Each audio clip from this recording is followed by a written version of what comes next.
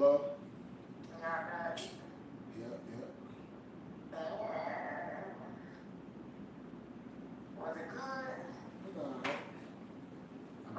About to do my nightcap show in a minute. I'm ready to go live. What are you doing? It's 10 o'clock. You ain't going to the cigar party? No, I'm good. It's 9 o'clock. I'm good. Oh, yeah, 9 o'clock. Yeah, I'm I good. might be coming for the party. I think I bought me a ticket. What day? What time? I mean, what day? Wait, I gotta look again. Well, I gotta look at my work schedule. Is a good flight? Uh, Is it a good flight or what? mm-hmm. What's the price? 3, like 289. That's a round trip? Mm-hmm. Okay. Yeah, I just got in. I looked up because it's leaving on Thursday. I'm gonna see if I can get out Friday. Yeah, you should be able to. I think Friday, y'all. I just come Thursday night. You should be able to get it off. Mm-hmm. Hey, Brother So you Bay. can go live? Yep, uh-huh. Tap in. Okay. All right, peace and love, babe. All right. Peace. Yeah. Bye. Bye.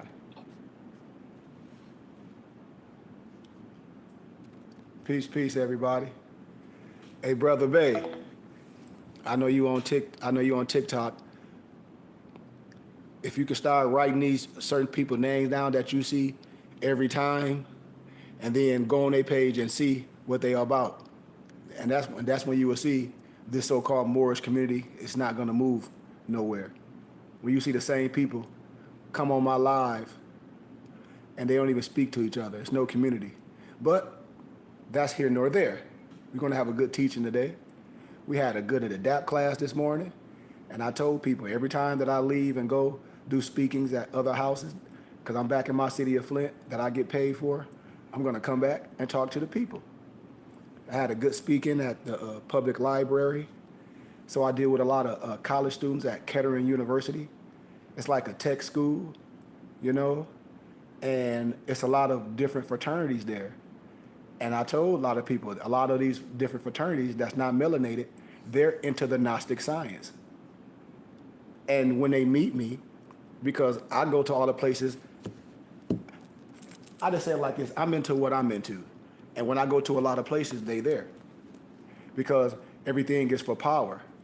Everything is for building their own people. Just like when I talk about back in the day, they had this thing called Wilmington's White Man Constitution, where certain European people said, we ain't finna be ran by you Negroes. And I tell everyone, everything that I do, I use it for power. And I'm in a position of power and leadership. I'm not in a position for playing. I'm not one of those good old boys. I just don't have the energy to do that. So I'm serious with everything that I do. And so I try to bring things back to my people, but I continue to tell my people, everything that I talk about, they study us to a T. They study us to a T. You know, a lot of them, they like go out and hang out and do what? I was like, shit, you know, I'm like, well, what a lot of people do, they hang out and do this. They're like, we don't hang out. You know? And so I just talk about these things with my brothers and sisters to show them the seriousness of what we're doing and the pageantry of a lot of our people. Because a lot of people is cultish. Look at it, Brother Bay, the same people that follow me on my page, and they have more behind their names. Just look at it and ask me, have any of those people sought me out? Every time I'm live, they jump right on here. Every time. Every time, Brother Bay. Every time I'm live, the same individuals, they jump right on here. They more this, they more that, more this, or this, that, and the other. And we don't even communicate. That's why I say it's all weird. And it's not real. But I had a beautiful day of teaching. I'm gonna always come back and share these things till I'm done. I always tell people I'm gonna come back and share this stuff until I'm done, regardless how anyone feel about me. But one thing that I know for a fact, is others use this power and this wisdom to take over while we plan and trying to hustle our own people. It's just what it is. No matter how no one feel about what I'm saying, we not serious enough, and we don't honor our teachers and our adapts. We don't. We honor basketball players and rappers and people that's not gonna do nothing for us, you know? But I'm just gonna give a little crash course of what I'm able to talk about. Like every Friday and Saturday, I do these teachings at the public library in Flint, Michigan. And now I got connected to a lot of these students at Kettering University. So I'm gonna be going to Kettering University probably, depending on what day I have free through the week. And I'm gonna be going there teaching history, spirituality, and linguistics, because that's what the student union want. And the student met me at the library today. These are engineering students, and they part of their fraternal order. A lot of them are Masons, a lot of them in their fraternal order. And this is what they talk about in their meetings. They have Gnostic libraries. They have exoteric and esoteric libraries. And this is what I'll be telling my brothers. I said, man, y'all are wasting time and wasting energy and don't understand what's really going on. So I'm just gonna share some things with my people. And I hope this stuff catch on before I'm gone. You know, and no one can say, no one, everybody, right now we have proof for the record, so you can't say, what they like the people say, well, this person sold out. No one can say, I sold out, because I've been giving this stuff away for free, for small donations. No one can say, I sold out or nothing, because I've been here, and this is not popular to our people. We like comical stuff. We like hip hop. We like things. We like to see ourselves in the lowest state. And so when I go to places like Cheers, you know, where I like to go where people know my name. I like to go around adapts, agnostics. That has no jurisdiction on color. I tell everyone, my Empress is on my Facebook page. She know when we moved to Arizona, the most people that I met, the Gnostics and the people that's into the metaphysics, they wasn't no melanated people. Every Moor that I met when I had my metaphysical temple and my building out there, I kicked every one of them out. My Empress will tell you. I used to be coming home snapping. I said, I cannot deal with this because these people are criminals. And we talk about grown men. My Empress will tell you, I don't have the energy of that. Just like I don't have the energy to be here in my city of Flint, you know, trying to teach people something that I've been teaching forever. And other people use what I'm saying and they take it for power and they win it. You know? So I'm not gonna exhaust my energy and my time with a group of people like that, because my people know my voice. So when I'm able to speak at different houses, and I'll be telling people my professor are potentates, they Scottish Rite Masons, they sons of Muslims. Like, I'm academia, not saying I'm better than no one, but I had the pleasure to go and prove my point, you know, in academia and lawfully, and graduate with honors. So I'm not gonna come back around my people and tuck my tail in and act like I don't know when I know. I'm not gonna do that. I'm not gonna subjugate myself. And I know, and I'm one of the chairs and the table. Ain't no way. And a lot of these professors, I'm their teacher, because a lot of them are only 32-degree Masons.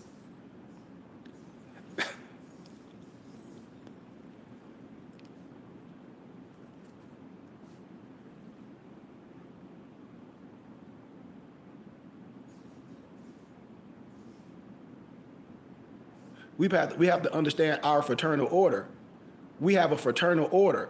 We have a membership association. This is what brothers don't understand. We got codes.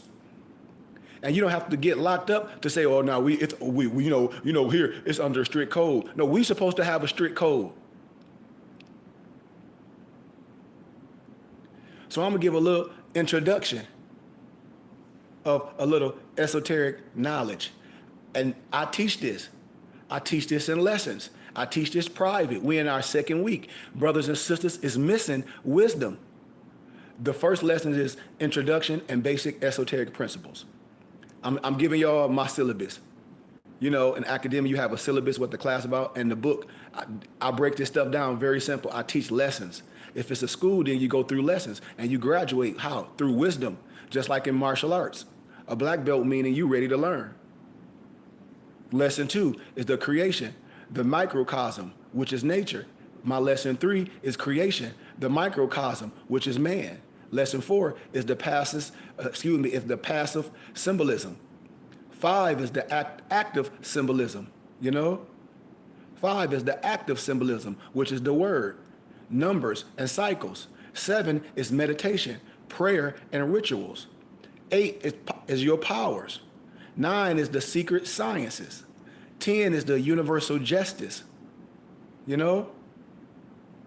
11 is the 7 commandments of the Fama or the fraternitas. 12 is the service and the invisible order. So when we give a little synopsis and just a little introduction or a summary of this, because I'm gonna give a little bit of this and I'm gonna jump into another lesson that I teach privately. And what I'm talking about, this is, I promise you, the stuff that I teach, it's no mores in there. The science I teach is universal because most of the people I deal with are Gnostics and adapts and mystics. I'm telling you, that has nothing to do with color. This is what I tell my people. That's why we messed up and we lost. But the philosophers of nature, when I talk about fundamentals of esoteric knowledge, you know, when I'm going to give a little introduction of like, how can I say, the components. And I'm going to give you a little topic of how I'll put it in the mind frame as a class. If we held all Moors, we could beat evil system. Yep, we could. But you see, they don't. Because Moors been following me for years. I've been on social media for years. And people will be like, Sheik, I've been following you for 5 years. You are from Flint, Michigan. You did graduate from this. You do own these houses. Y'all do own 10 acres in Kingsman, Arizona. I keep telling people, if the powers that be put a mandate out, everybody that got a farm or something at their house, you have to shut it down. We have 10 acres, and I've been trying to show people to be like, listen, get a small acre from me. Come around. Let's do something. We have 10 acres in Kingsman, Arizona. I've been telling people to look it up. This is what I'll be saying. So what's funds for? I taught this earlier in a DAP class today. It's like we have all the power and we give all our power away. Why? Because we don't understand about conglomerates. I want to be the only one. Yeah, I text you back. Peace, Noble. Yeah, I did receive your email and I sent it to my muftis. I did receive your email and I sent it to him, brother. So I hope they'll begin with you today. What you say, Noble, they will pay for their crime. Trust me. Gratitude. You know, Noble. And I'm glad you're on here. These people have been following me for years. And I'll be like, well, why we ain't leaking up? People be on here trying to sell their little items, especially we got this type of farming. We the Moors farm this and we that and other. And I say, that's great. And people be like, well, we selling this. And I say, well, I sell fezzes. I get my fezzes from the same place. And I give you a tax as a receipt when you're a part of our religious and charitable contribution of our choice. Because this is part of our community. I say, how can you be a community and people don't link up? And the same people jump on my page each week. Everybody that got a Moor behind their name on here, they've been following me for a long time. And I've been on YouTube for a long time, and people see me traveling, and everybody be saying they temple this and they Moor science this. And I say, how could that be? I say, how can that be? If we don't kick it with each other, if we don't like, what, we got a different mission? Because when I talk about adapt science is more than just some religious stuff. Everyone understand that these are tools in the toolbox. So this class that I teach, and this is one part of the class that I teach a plethora of classes. I teach life, liberty, and the pursuit of happiness. I teach civics from Charles A. Wiseman. They learn this stuff at Harvard, Oxford. I'm telling you. Cornell Law, everything I talk about is precedent. You can look it up and be like, yes, they do. This is curriculum this brother is sharing with us. Yes. And people have paid thousands to do this. People have went in so much debt to get this wisdom. People be in secret societies and then come and look at you and act like they don't know what I'm talking about. Not none of my Scottish Rite Masons, because they'll tell you that they a son of Muslim. They'll tell you that they a son of a Muslim off top. And I'm always transparent with everyone. I've been telling y'all the truth, so help me God, from day one. I've been telling people I'm tax exempt for the federal government. I have a full library. I say when people deal with me, I can give you a tax exempt receipt. We can build our nation. That's the only way we can have something. You're not getting a tax return. It's falling on deaf ears. And now that I'm reaching others that's dealing with me, no one can say, I sold out. You can't say it. I'm just dealing with the people that know my voice. You can't deal with a whole bunch of people that have it and they'd rather go smoke it up and drink it up and say, oh, we don't have it, and then complain. You can't do it. Like, that's over. So this class, and how I teach is number one, the basic esoteric principles and general principles of social and human behavior. I teach this to babies. Number two, creation, the macrocosm, which is nature. 3, creation, the microcosm, which is man.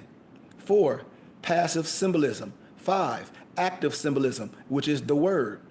6, numbers and cycles. 7, meditation, prayer, ritual. 8, powers. 9, the secret sciences. 10, universal justice. 11, the 7 commandments of the Fama or the fraternities. And 12, service and the invisible order.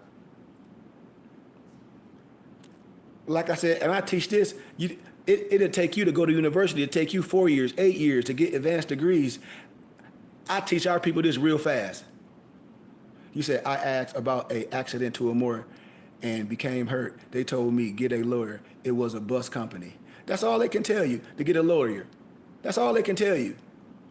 That's all they can tell you. But I would tell you, for me, if you ask me that, I would say, brother, once we have to know everything about our case. You have to research precedent in law cases, doc number, Free Information Acts. You'll have to look up what happens, precedent in cases. Precedent in cases is what happened before in the same manifestation that you happened, or it happened with you. And then in those chambers with that judge or that referee, whatever you want to call, if this happened, you want to be looking up precedent in law cases, doc numbers, and Free Information Act to know how you navigate.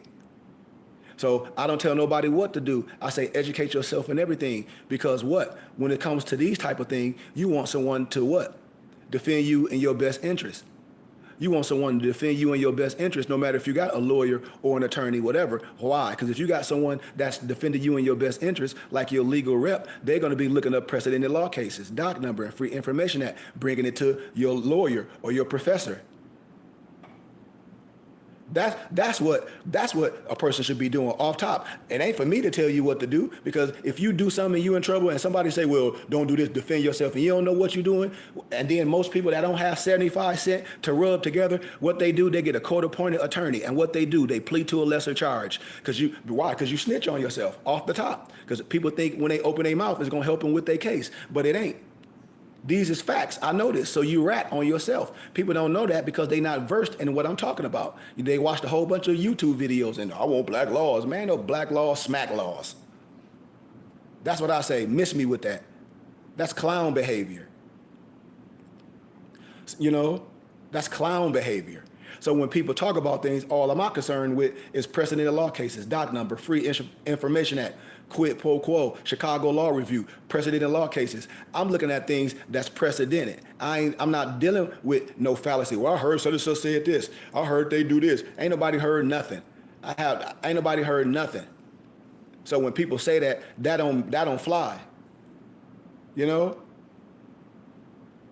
And so when I talk about defending myself, for the record, state who you are for the record, it means something. Black has no standing in law. It's civil mortis, what we mean it. So when you say, oh, we black and we know law, oh, I'm sorry, you done. Hangman, why? Because what you do, now you gave yourself jurisdiction. Why? Because black has no standing in law when it's pertaining to this. Come on now. You know I'm telling the truth. Ask any attorney. They might not even tell the truth, but they know when they say persons is just ownership, change from the blue to the red. These is facts. These is keys, regardless how you feel. Why do I know this? Because I'm able to speak in all houses and I've been introduced to things. This is what I be telling people. You've been falling for court jester stuff. You've been falling for arbitrary explanations. Arbitrary explanation of things. That's what people be falling for because what? It sound good. See? And a lot of stuff that I teach, I'm able to teach in other platforms, in real life, in academia. And I ask my people for donations and things, and I say, I can teach you, I can teach your kid, for you can clean some things up. When I tell people to research Roger Elvick, and I say, anybody moving in that language, you in trouble. And I told people years ago, they sending the mandate out for everybody. I told people years ago, it ain't no such thing as expatriating for some de facto government. When you do that, then you stateless, because you have no affiliation with no one. You a domestic terrorist, foreign and abroad. You can't prove you can't prove me wrong. Why? Because I know what I'm saying, and I wouldn't lead no one into no burning houses. You see? And what I'm able to teach to others, they use it for power. You know? They use it for power. And this is what brother's saying. You say, I want to proclaim, but there are no, watch this. Now watch how I clear this up for brother, the false tense.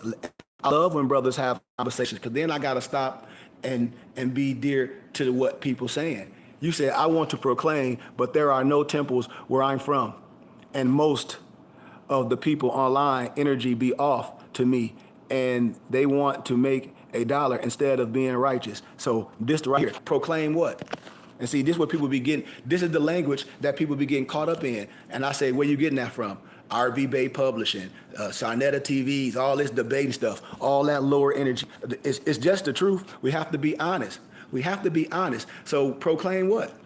Okay, proclaim, declare, and have due process. No one can nationalize you and denationalize you. It'll change you from the descendant nature of your foremothers and your forefathers. If they can nationalize you, they should be able to nationalize a Chinese, a Sudanese, a Vietnamese. Do you understand what I'm saying? Nobody, these people have no power to do this stuff. So once again, it's a false pretense. The only thing these people can do is anoint you in their religious order, or if they lower level Freemason, they can make you a Freemason.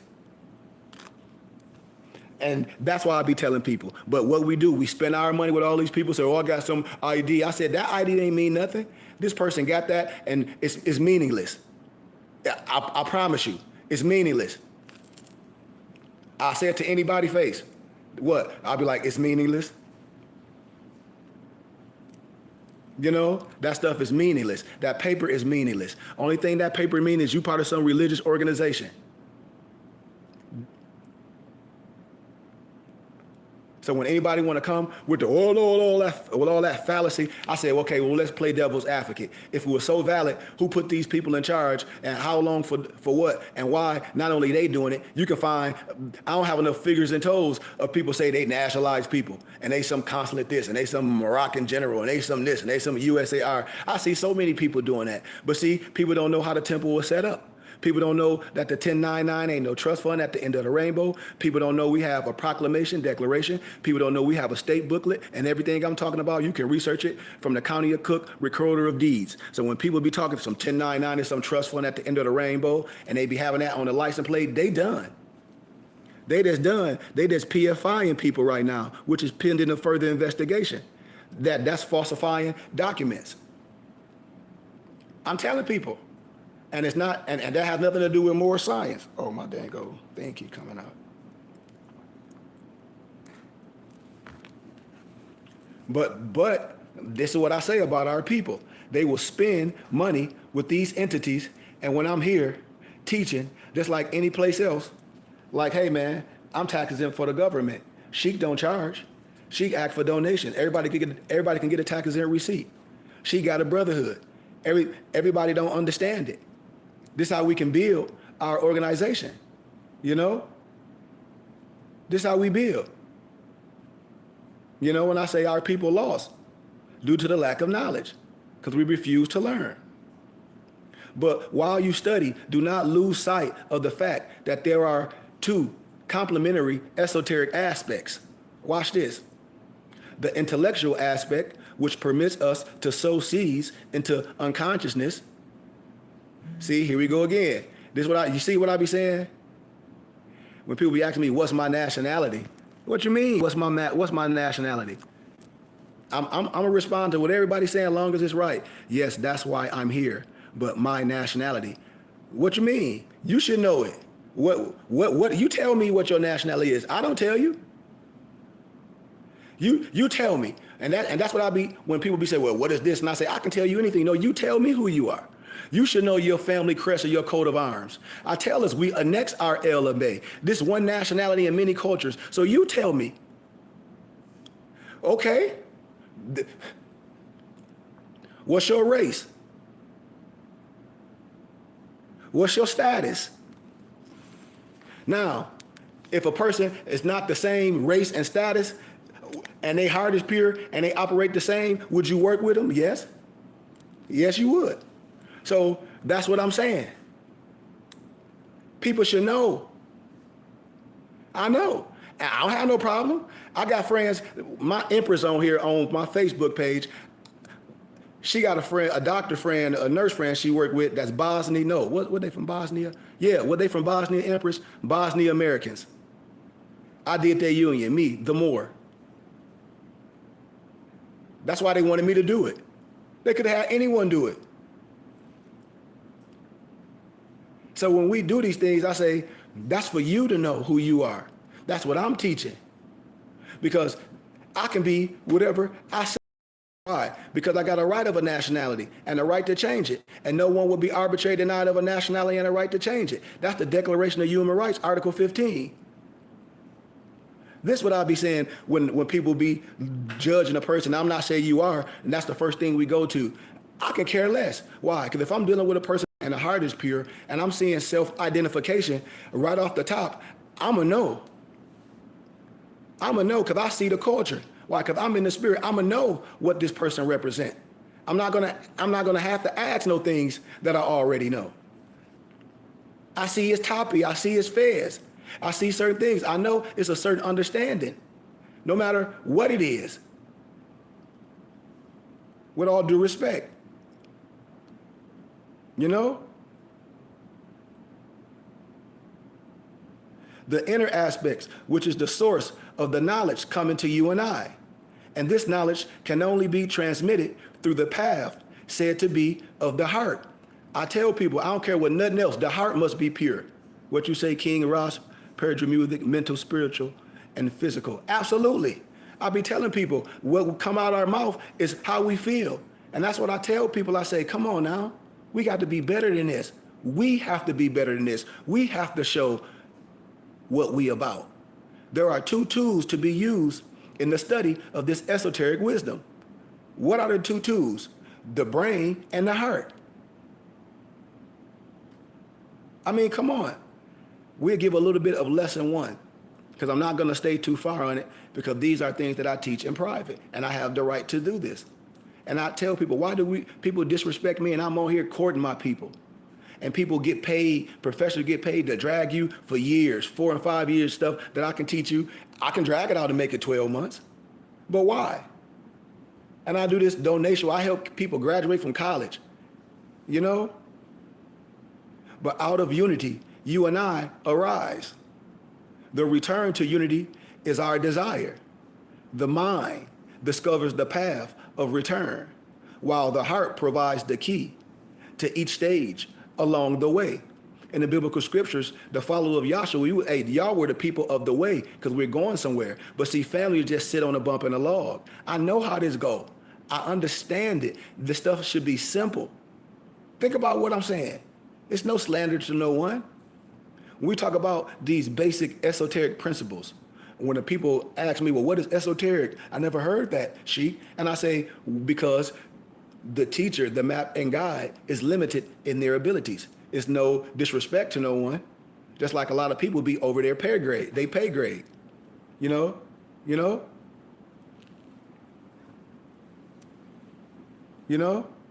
What do we mean by that? This is the first point we need to examine, you know?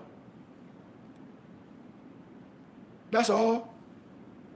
Etymologically, this word means inner, or that which is reserved for the adapts. Everybody I deal with, all my muftis are adapts. I teach this stuff to kids in the 4th grade. In European Mason houses, they have junior Masons. It's a word that they use. Some of my Prince Hall Mason brothers know what it is, but they won't tell you. For those inside, as opposed to what is public, what is done outside, and therefore is exoteric, because everything in the biblical scriptures that's explaining the inner, they use things that symbolize the outside. That's why you hear certain people that's on religious dogmatic perspectives, they'll tell you the Bible is showing the constellations and the zodiacs. No, it don't, because you don't know what Maserat mean. And when I start teaching you words, when I start teaching you language, you will look at a person like, man, see, you need to go on. When I teach you what the shashad is, you know, in the hieroglyphics, you will look at people and be like, see, man, go on. Yes, because we should. Because it's a Jedi mind trick on us. I keep telling people words are spells, and if you don't understand linguistics and origin and etymology, you are lost. Why? Due to the lack of linguistics and transliteration. Some things you can't transliterate to English. You must understand these things, and some things are not words, they're acronyms. These is keys, man. However, this is clearly an insufficient definition to provide you with a satisfactory idea of the esoteric realities. As we do not wish, you know, in this context, you know, priori, you know, the definition, research, PRIORI, what that mean? We should agree. What you mean? Okay, if you understand what I'm saying, then you should understand in what sustainability. Well, what is sustainability, Sheik? Something that's universal. Water, earth, air, river. If you argue with me on that, we done. What else things that we should agree on? The 7 Kemetic principles. If you ain't rocking with me on that, there's something wrong with you. You have a perspective, and your perspective is dogmatic. These is facts. That has no contingency of color. You see? We should agree. Right at the beginning. It's impossible to define the term at this time because the esoteric experience, which transforms and priori definition into personally experienced knowledge, can be offered at the beginning of an initiatory path. Think about this.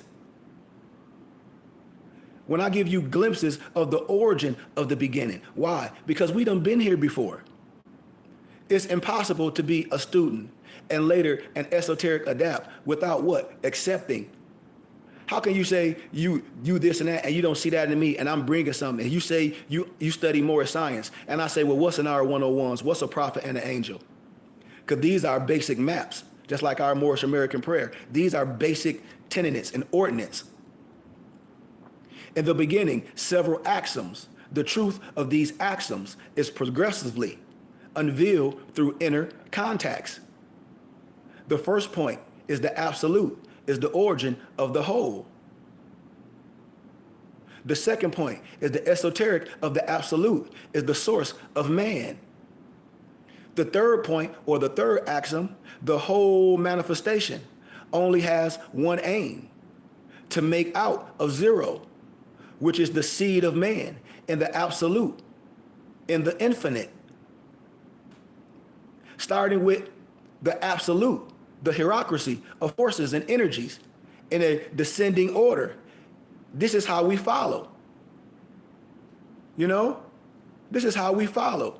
Watch this. Being, consciousness, life, matter. We talking nothing outside ourselves. The being issues from the void and creates consciousness. What consciousness are we talking about? Right now, we could be talking about that God consciousness. We could be talking about that super consciousness. As soon as consciousness is, it creates life for its own need. For what? Evolution. Evolution. When people say we come from some monkey, well, a monkey's still in the monkey. A monkey ain't evolved. We don't have to play these games.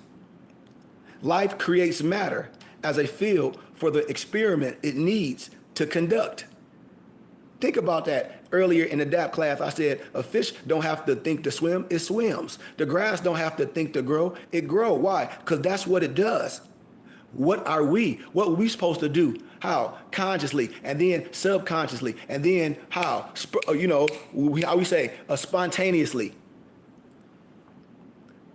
See, this is the light that must come on. This is the illumination. We are the Illuminati. We are the enlightened ones. You have to understand the words that are coming out of my mouth and the linguistics. Words are spells, and I'm trying to cast a beautiful spell on us. We're trying to manipulate the ethers. You have to understand this. We have these abilities to do this. We have digressed, and now we look through a microscope. And the reason why you hear when I'm delivering this esoteric wisdom that all the elites understand is because you understand and you feel a certain inner yearning. That's why you're here. You wouldn't be here. You wouldn't turn in all the time. A certain necessity to understand these keys and to understand yourself. This yearning indicates that you have passed the initiation of the nadir. What is that? That's the moment when involution leads you to the descent, to that point of matter. That's in a later lesson that I teach. But this search for knowledge, this search for wisdom, this search is for understanding who, what, where, why. For a coherent understanding of the world cannot be satisfied by science or religion. Therefore, we turn to what? The esoteric disciplines, in the hope of finding the answer to our inner quest, which is more or less unconscious when it first arises. These are keys. We are changing circumstances. Come on, brothers and sisters, you got to understand this. We have to come up out our knees. Kumbaya means stand up and arise, not come by here. Come by here and do what? I've been trying to have y'all stand up and arise for so long, and we still on our knees. We still on our knees. Tell me why.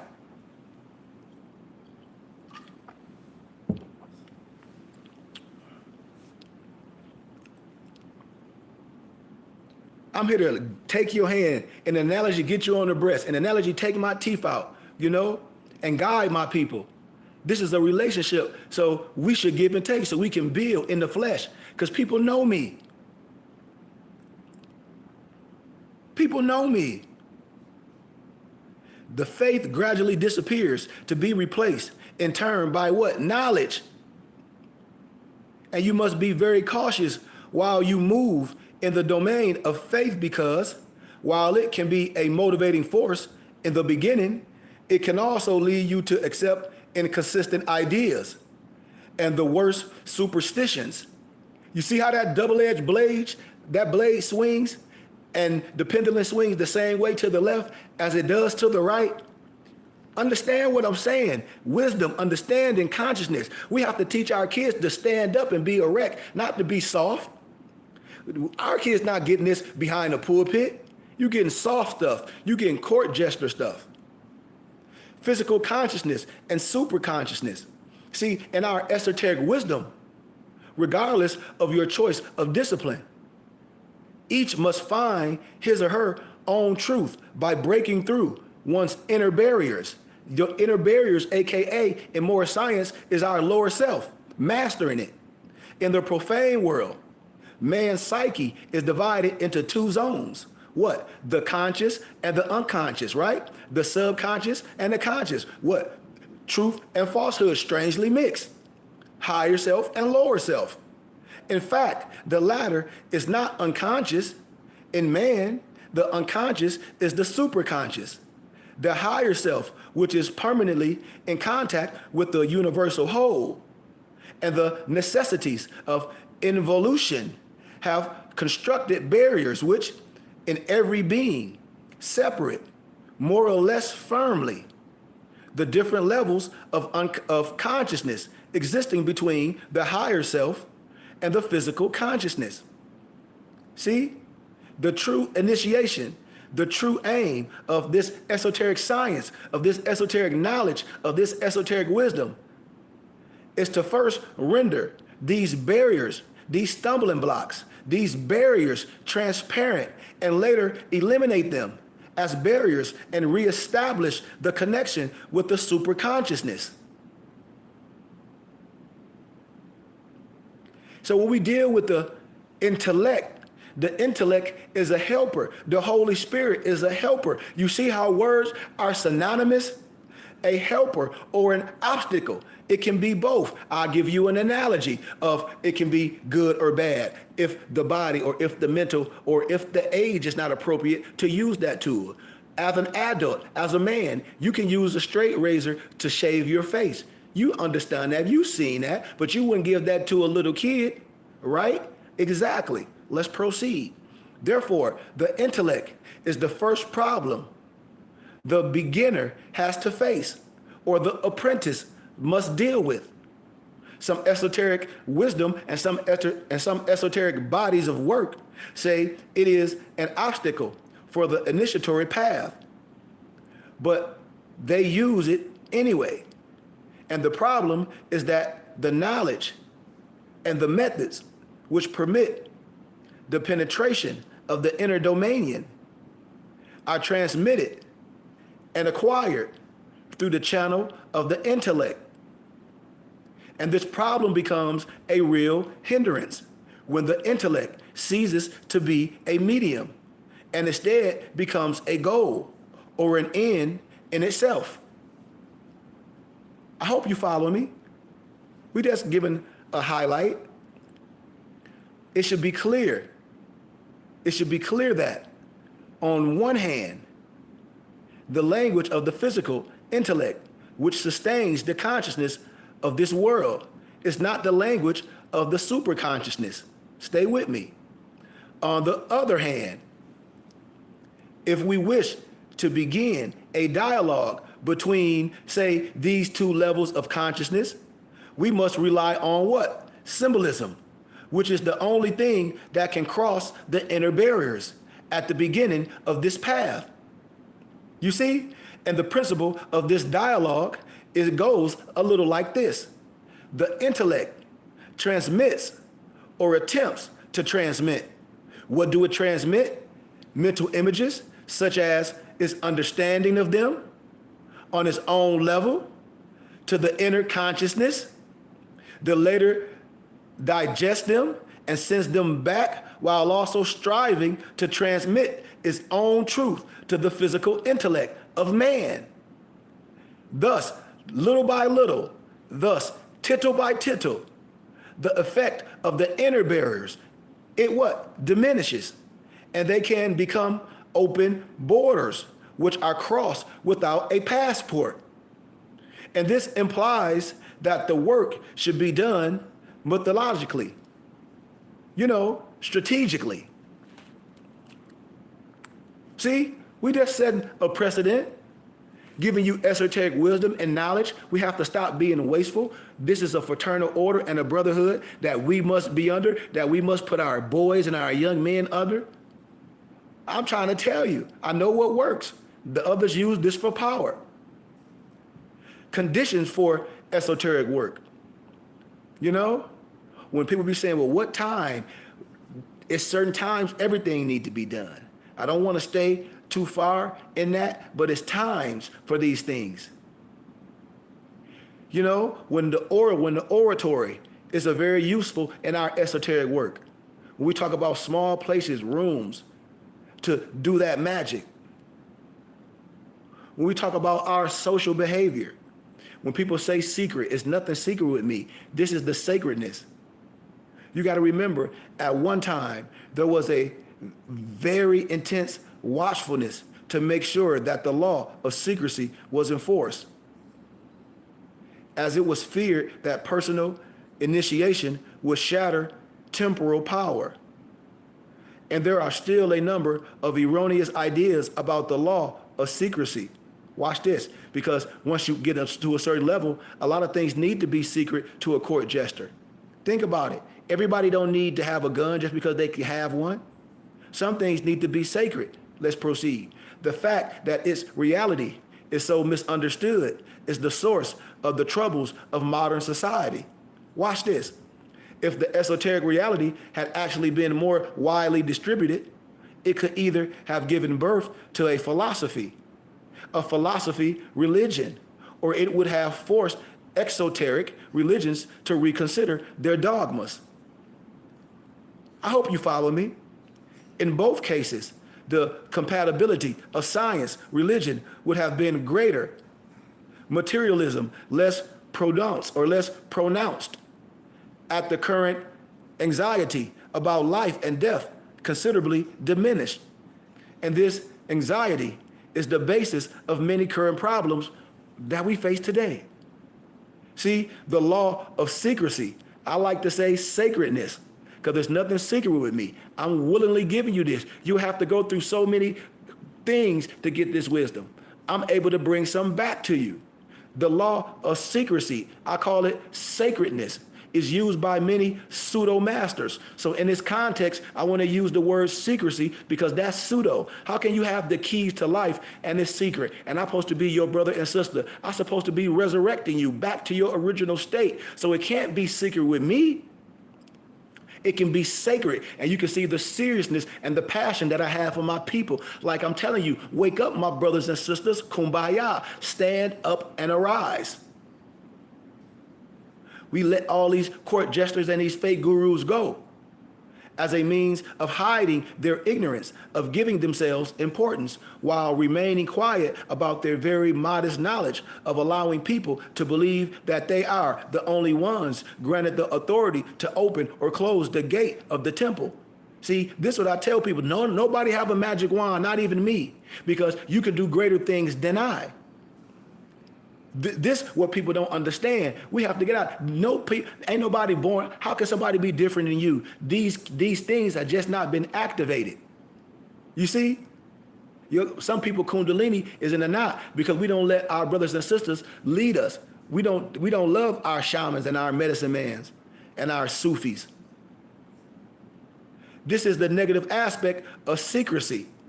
How can I have the keys? How can I have knowledge? How can I say I got 99 degrees and I say, well, no, I'm only going to teach this to my lodge members. And I got nephews and cousins in my family. I said, they the ones going to miss it because everybody's getting older. They the ones missing it. I'm building. A perfect house is built on solid foundation. When you're dealing with architecture, everything what's above has to match below. These are things, and we build it on solid foundation. I know this to be true.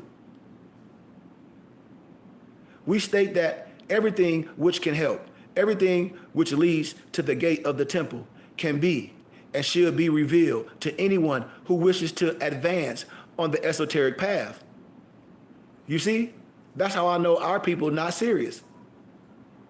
It is also understood that he or she should work and in turn share the information with others. I'm already doing this. I don't get paid for this. That's why I say, brothers, send a donation. Send a donation. Everybody know how my whole handle on there, because I'm going to send you wisdom. I have a full library. I have a full academic Gnostic library. If you go on to school, if you like to read, I have a full Gnostic library. And I converted 1 million books and documents to ebooks. I can send you anything for small donations. Everything you see me, I have on, I produce it all. So this is what I'll be telling people. We have a community. Our money don't circulate. We don't spend money with us. We spend money on things that's meaningless. You know? It's also understood that we should work and in turn share this information, the secrets which were unveiled. Indeed, it said, give and thou shall receive. That's why I say money is not earned with me, it's given when I'm in this platform. There is no problem created in revealing alchemical, Kabbalistic, or initiatory secrets because they can only be used practically by those who have attained the proper inner state. That is, by whoever is already engaged on the path of wisdom. When I talk about Kabbalistically speaking and people be afraid of the Baphomet, no, they know you don't know. They know you don't understand how that's written Kabbalistically. They know you don't know the meaning of the cold volta. They know it. All animal and scary figures are nothing but pious hieroglyphs. You don't understand that? In Egyptian hieroglyph, you will see the animal head with the human figure, and you're going to let somebody tell you something different? On the other hand, the inner experience, or that which the initiate finds behind the veil of the temple, should remain a secret. Everyone should find it on his own or her own. It is indeed a supra-intellectual knowledge, which can only be expressed by the word and not by human speech. The word is the Holy Spirit. I hope y'all catching what I'm saying. An attempt to transmit our own inner revelations to another will burden you with a responsibility that you may not be in position to assume. Moving the veil of the temple for someone else demonstrates a lack of wisdom, which definitely slows the student or the author down on your own path. Think about it, because we are on the path too. Think about it. That's why I said I have to move away from stuff in my city of Flint. With all due respect, I tell people my brother was murdered in the city of Flint. I hope nobody ain't forgot. When people be like, well, this, that, and the other, most of my friends was murdered by gun violence. I hope people ain't forgot. I'm an elder from the same neighborhood that all this crazy stuff happening. I hope my people ain't forgot. I'm here for a reason. I'm not gonna exhume myself for some people that need to be swept away, with all due respect. So what I'm saying is, we have to demonstrate this power. Moving the veil of the temple for someone else demonstrates a lack of wisdom, which definitely slows you down. So what I'm trying to say, y'all, do not hide the process which leads to knowledge, but keep very quiet about the nature of the experiments and the experiences which results from the access to this knowledge. I hope we say it, because the understanding, the enlightenment, and the aha moment is especial for everyone. A similar rule to this wisdom can be observed in the profane world that we live in, where without playing with the secret, discretion, and reserve are often necessary for two very different reasons.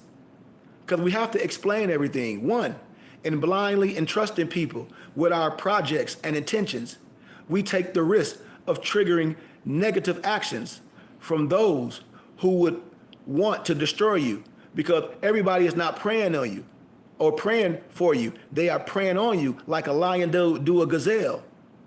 We should therefore be watchful. And second, the fact of speaking about difficulties in work and finances and health engages the power of the word. And the problems then crystallize, or we like to use in layman terms, manifest, become fixed, more complex, and harder to resolve.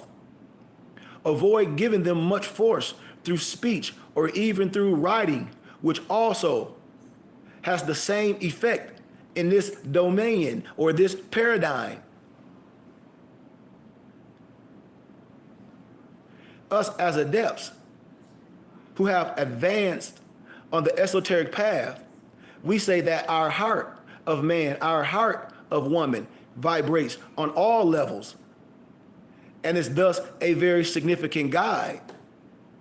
Us as adepts, love is the expression of the heart, not that of sexuality or sentimentality. Love is generosity, understanding, and the help given to others. These is riches. Everything started with a thought, understanding. This does not mean we should attempt to make others happy following our own conception of their happiness. That's not what I'm saying. But true generosity consists in respecting the freedom of others. That's why we Americans. Person said they're American. Well, if you're American, then me or having a different nationality or this, that, and the other, if our hearts match, if my heart is pure, what's my nationality shouldn't even matter. See, this is the level of peace. This is the level of Buddha you get to. This is the level of Dharma you get to. That's why a lot of our brothers is not there. You know?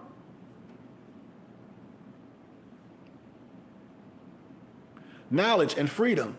The first great step on the esoteric path is made when we succeed in presenting ourselves and knocking at the gate of the temple. But the gate only opens when the one who knocks is a free knower. Man, woman can acquire different portions of knowledge, which are not of the same nature, nor of the same value. And at the beginning of these teachings, this knowledge can be classified in two categories. The first is knowledge resulting from the study of nature, and this knowledge is real and does not change. And if you study it the right way, alchemists, we call it the fixed knowledge. So also is the knowledge acquired through psyches, through physics, chemistry, alchemy, astronomy, astrology. In more science, we know our Quran and its acronym, when I'm breaking it down in this manifestation, is knowledge, order, rhythm, astrology, astronomy, and what else? Nature. In this domain, man and woman cannot have an influence upon the laws if he or she is learning. He or she can only use these laws if he or she obeys these laws. And you can only dominate nature by obeying nature. Think about what I'm saying.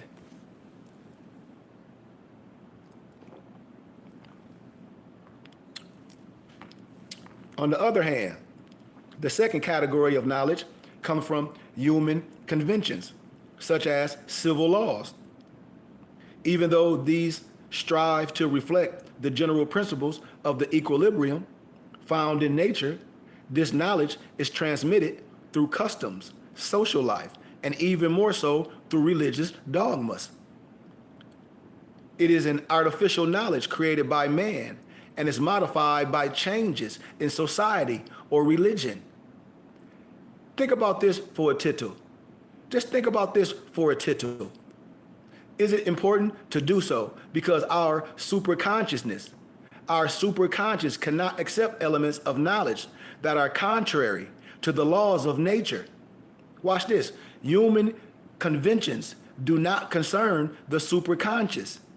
Therefore, my brothers and sisters, it is almost useless to attempt transmitting these concepts, except for a small point of ethics. The point concerning our attitude toward the society that you and I live in, how we treat each other.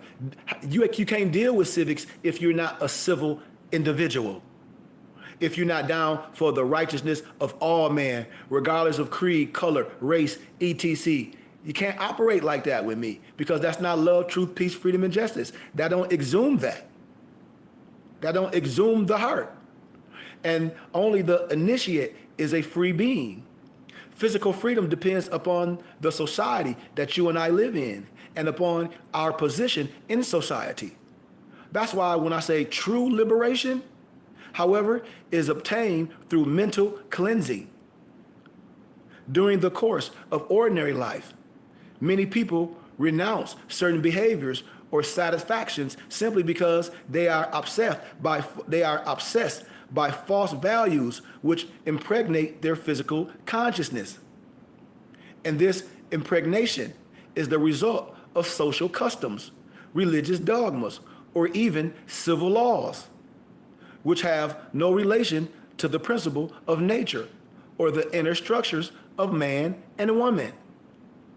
Think about what I'm saying for a minute when I say we totally off the rockers, and that's why we still crawling around. We can thus observe many mental blocks. I come in love, truth, peace, freedom, and justice. How my people ain't dealing with me? That's why I keep looking at my people. I come back to my city of Flint, and people just looking at me in the face, and I'm a dignitary in real life to other people.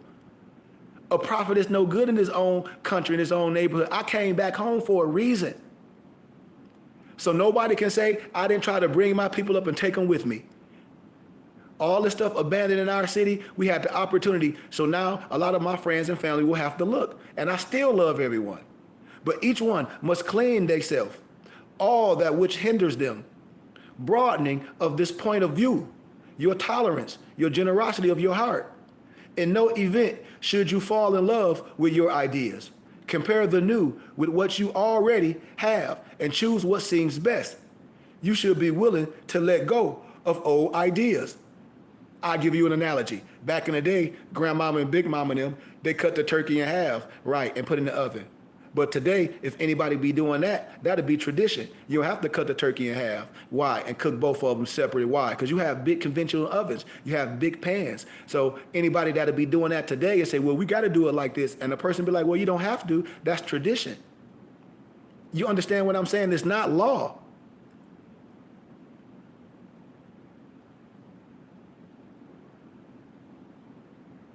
I try to show people mental freedom for yourself in this physical world. Not when you die, you're gonna go to heaven. Ain't nobody came back and told you that. You've been doing the Lord's Prayer forever. You forgot what the Lord's Prayer say?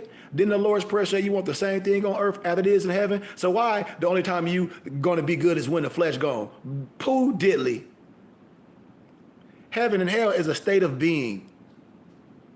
And genuine initiation is a complete liberation. You want to be initiated through wisdom. Brotherhood is like sweet oil going down from the head to the beard and to the shirt. You want to be under the order of Melchizedek. You want to be under the order of Melchizedek. Jesus, Yahshua, was under the order of Melchizedek. And then all your people, your preachers, your teachers, they be acting like they don't know the order of Melchizedek because they're not linguistically astute to the keys that save people. Because the man that's righteous from the beginning can find him or herself in all parts of the world. These is keys. These is keys. If you ain't got to believe nothing I'm saying, you ain't got to believe nothing I'm saying. No one have to. All I say, fact check what I'm saying. Because I'm saying things that's familiar. I can get, how can I say, specific and give you specific text, but you know the text. How can your higher self help you to liberate yourself if you don't do it for yourself in the realm already accessible to you? The biblical scripture said, you are God's. Last time I checked, you're made in the image and the likeness of what? Ye are God's. So when somebody say Deuteronomy slave, not me, I'm made in the image and the likeness of God. I'm from the tribe of Judah, lineage of David by blood. I have none of that in me. I choose not to accept that. I choose not to accept that. If I didn't tell you this, why I'm saying it, you are made in the image of God. A second significant reason for insisting on this point is the subject of the what?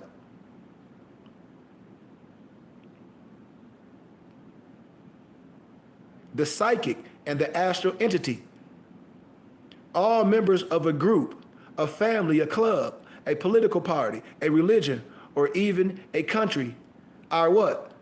Psychically, or how can I say, physically included in this type of organization.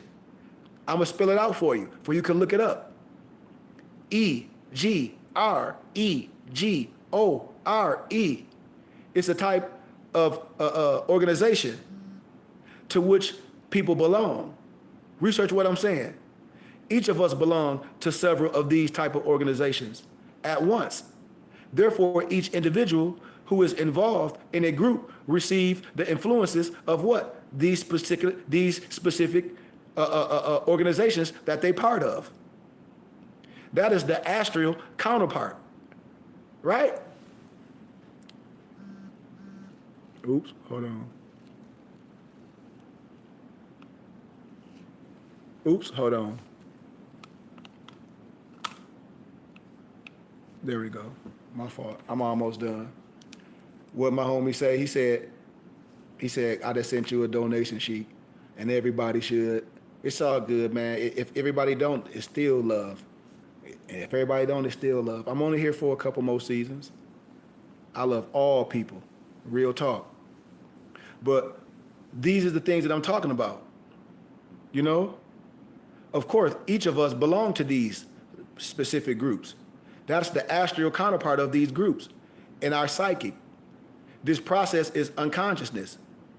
The resulting drawbacks are first some, how can I say, these type of psychic influences in the majority of these cases. It's gonna always come out a certain way. A second, a restriction of inner freedom. It is impossible to free yourself from certain situations and from certain groups. For example, these specific groups of what your country that you live in. Some people you can't do nothing about that, or the family that you was raised in. However, we should free ourselves from all these type of groups which are not essential. You see? Think about what I'm saying. Just stay with me and think. We should emphasize here that the association, the philosophers of nature, does not perform any group ritual in order to reduce the influence of these specific groups to a minimum. Everything is for light. Everything is to what? Edify my brother and sister. What I want for myself, I want for my brothers and sisters. That's what I know we can do something.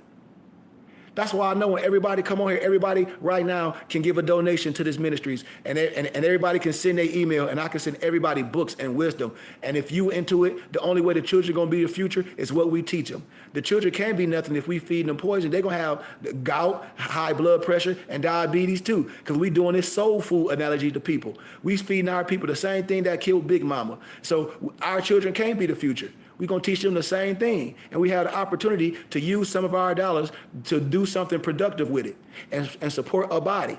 We don't have to give nothing to Amazon. We don't have to do nothing. We don't have to go nowhere else and give money to people and they put it in their pocket. We can build. We can build.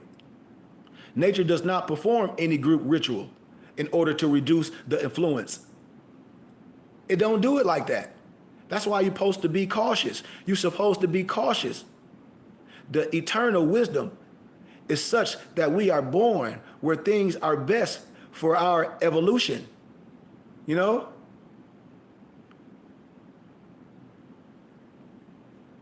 Yeah, we was communicated. We was. And then when you even look, when I say it was 2 Hebrew pharaohs in Egypt, we traveled. When we talk about the tunic, cotton or silk, when you see certain things that was indigenous to certain areas in certain regions, we bartered with each other. We loved each other. We wasn't hating on each other because a person's hairdress is different. This is the uniting of Asia, man.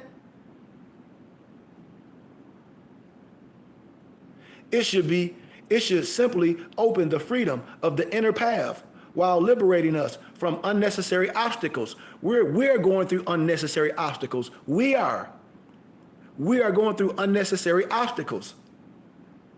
I promise you this. I'm almost done.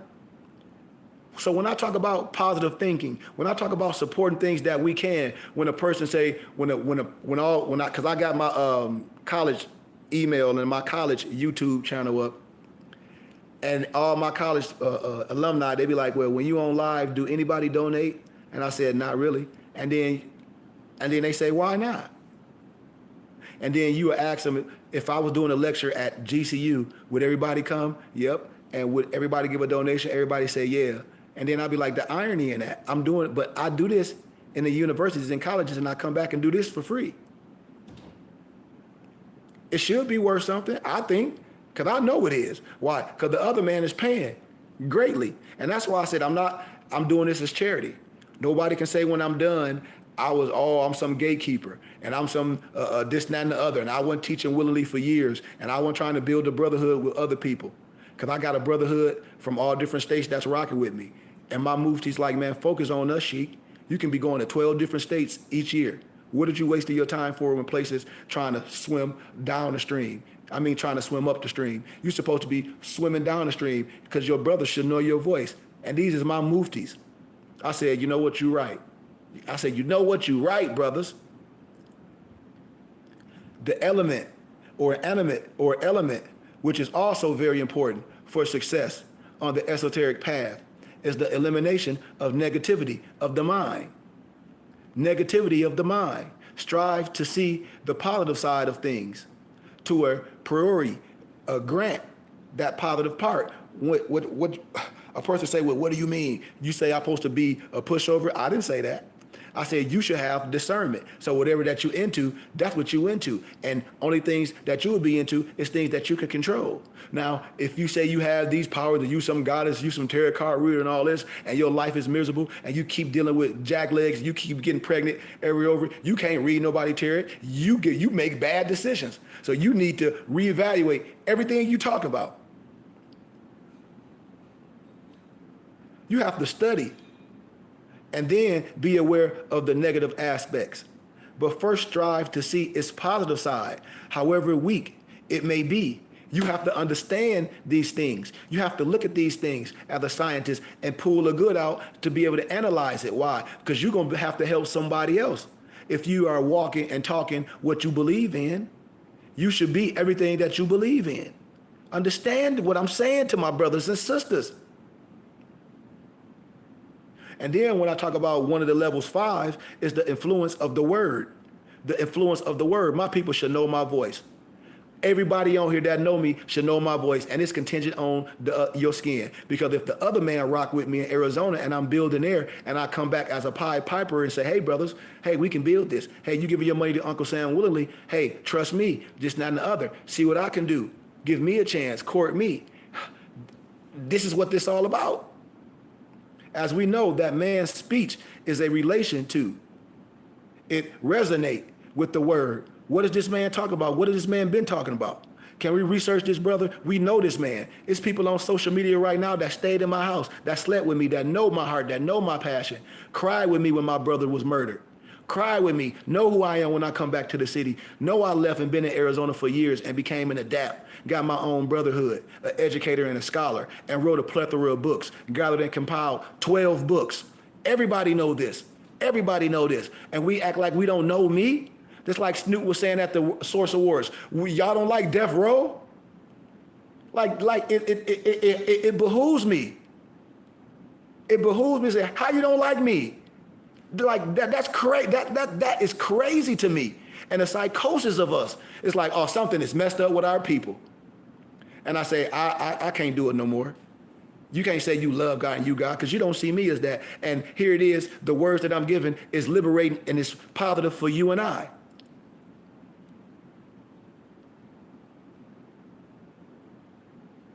The word that I'm giving is for you.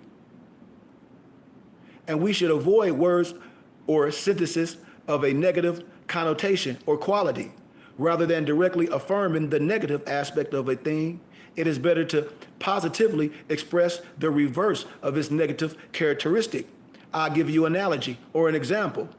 If by the word you wish to influence the weather, do not formulate it as, I wish for the rain per se, as most people consider the rain, consciously and unconsciously, a hindrance, but rather ask that the earth may receive the water that it needs to satisfy its hunger and its thirst. Why? Because everyone needs water, and water is sustainability. So I ask that the water that the earth receives is enough for its sustainability and its hunger and its thirst. You see the beautiful poetry. You see how that's explained. It's not begging. It's giving homage to something that does what it does. And in the same spirit of the mind, the influence, if you do not at first feel well inclined toward an individual, attempt a contact first to verify if a harmony can be established or not. This is the work that needs to be done. In the same way, when an idea or a project is presented, do not refuse it immediately. Always grant yourself some time to think about it. Think it out, meditate on it before you give your response, and examine both aspects well, the positive and the negative, but always start with the positive. That's why we always say, write the vision down.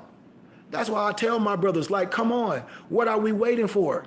I'm your brother. No one has more wisdom and understanding and education. Why? And I'm your brother. I'm straight from the same place you are. I'm from Flint, Michigan. Got West Pad tatted on your arm. I'm the same person that you grew up with when you were the little kid running up and down the street and you like OG. I'm the same one. I'm the same brother that can help all of us. And everyone know it. This is the work that need to be done. So we already spoke about some aspects of the oratory and shall now complete the discussion of the subject in view of what we need to accomplish during these sessions. And I'm gonna stop right there. And I'm gonna give you a little bit more and I'm out. And if you like the teachers, don't hesitate to give a donation and send me your email so I can respond to you and I can send you something.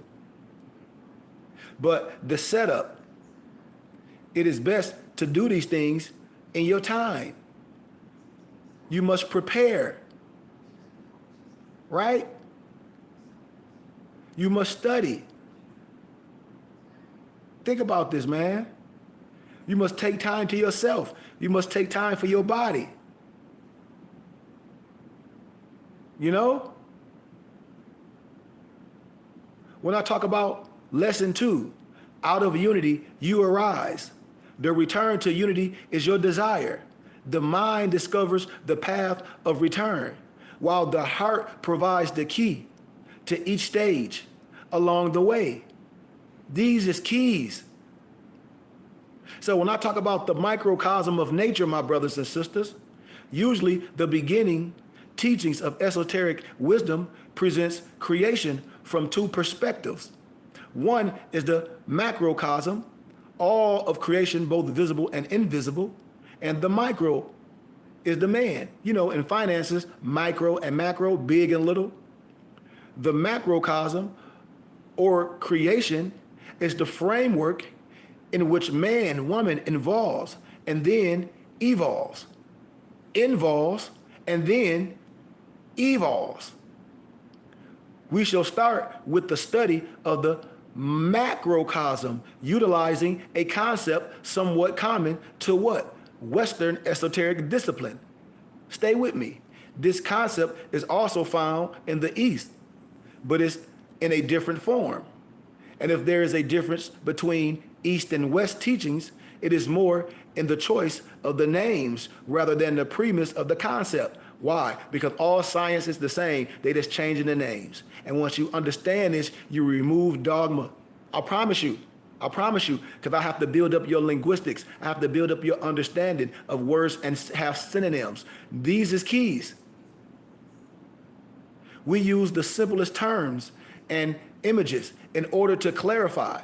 I can do this that a child can understand as best as I can for views that are very complex. What do you mean? In academia, I took 400 and 500 pages of work where a person that have a 3rd grade aptitude is not going to read and made it 25 pages. All the books that I gathered, compiled, and divinely prepared. I gathered, compiled, and divinely prepared 20 books. Been out for years. And all the college students have them all over Arizona. So I took a lot of wisdom and I gathered, compiled it, and divinely prepared and made it small little compilations. Done the work for brothers. That's why people don't know.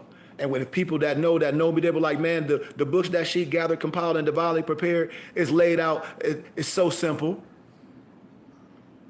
That's how it's supposed to be.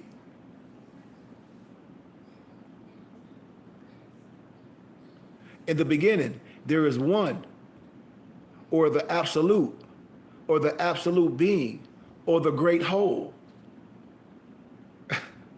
The manifest and the unmanifest proceeds from the one. The macrocosm of the microcosm proceed from the manifest world, right? See, now that we have stated that much, let's add that creation occurs in 3 stages. I'm building a perfect man. The emanation of the primary energy can be A. B can be the different parts, or how can I say the different aspects, which creates duality in energy. And then I can say C could be the condensation or the coagulation of energy into matter, or this transmutation, or this, how can I say, transfiguration of energy into what? Matter.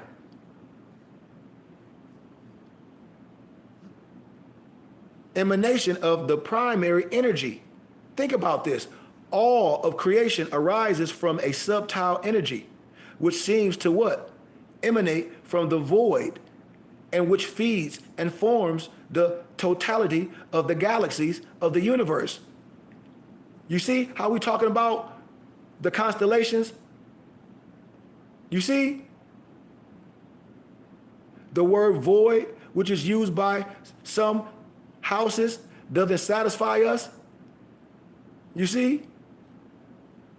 And then these things must transform. So I don't want to stay too far in that, because you will have to be able to be willing to come to class. You will have to be willing to be a student. You will have to, I'm telling you, this is what they take and make it Boy Scouts, Tiger Cub. This is what you don't understand. This is what they take.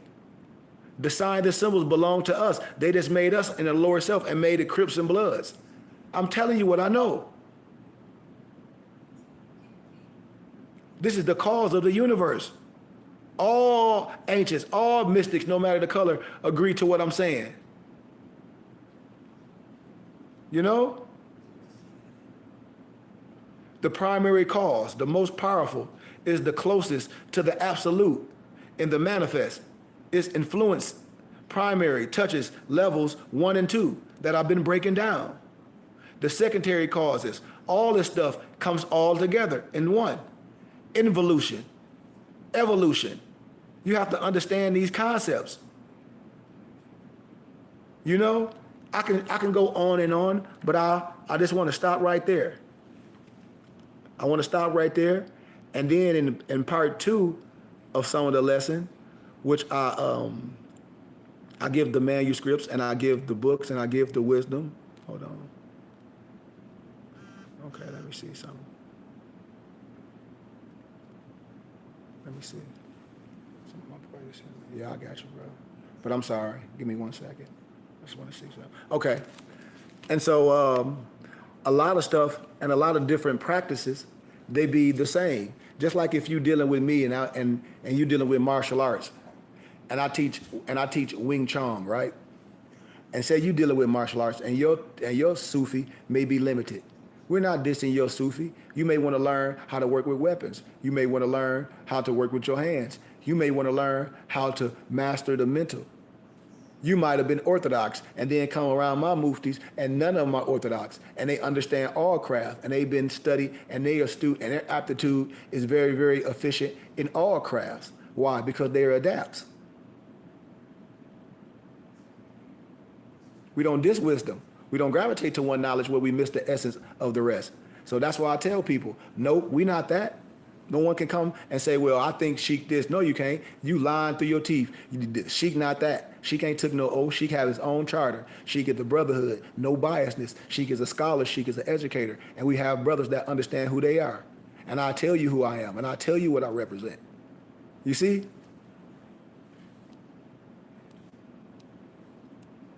So a lot of these people not going to share it. But I'll give you this little piece of wisdom, and then the stage is open for questions and anything, and then I'll get out of here. Let me see, where am I note at? Where am I note at? I got a couple notes. Well, I give y'all a little symbology like this. Have you ever looked at a dollar bill and wondered what all the strange symbols mean? Or why there's so much writing in Latin? Why it's a dead language? You ain't ever wonder why it's an owl in a spider web? And then I can show you right downtown on buildings, you see all that stuff. When I show you at the top, you're like, damn, they got the same owl on the edge. It looked like the edge of the dollar bill with the spider. You don't understand that. All this architecture is done by certain people. You don't understand this. When I tell you, it's certain symbology. Before a certain language, it was signs and symbols of the primordial man. I hope I'll be waking my brothers all the way up. I'm here for a reason. You never wonder what this is? Latin is a dead language. Law, remember I told y'all, Genesis, and I keep breaking this stuff down, this language, this pig Latin, how things, you don't even have no idea because a lot of people are not introduced to the wisdom and we arguing over semantics, but semantics don't work in a court of law.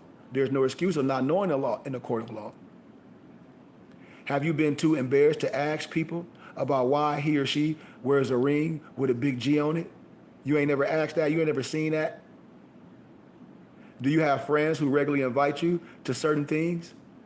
These are things I know because secret knowledge can be hard to come by and isn't a secret after all. Information that someone knows and purposely withholds or obscures from the sight of others. That's the problem. I call those gatekeepers, and we have those in our community. That's the problem. That's the problem. The gatekeepers. No disrespect, the ones that don't understand, that come with all this black stuff, and I say, I hear you, but what's so great about black? If black is good, white is good. Black has no standing in law, and we'll just argue over that stuff. People that just argue misnomer black people and don't understand the word Negro, black, and color and African American is synonymous to slave.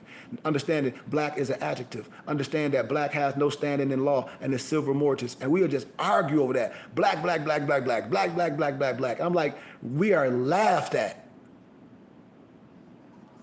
When I ask my people, what is the Declaration of Human Rights, Article 15?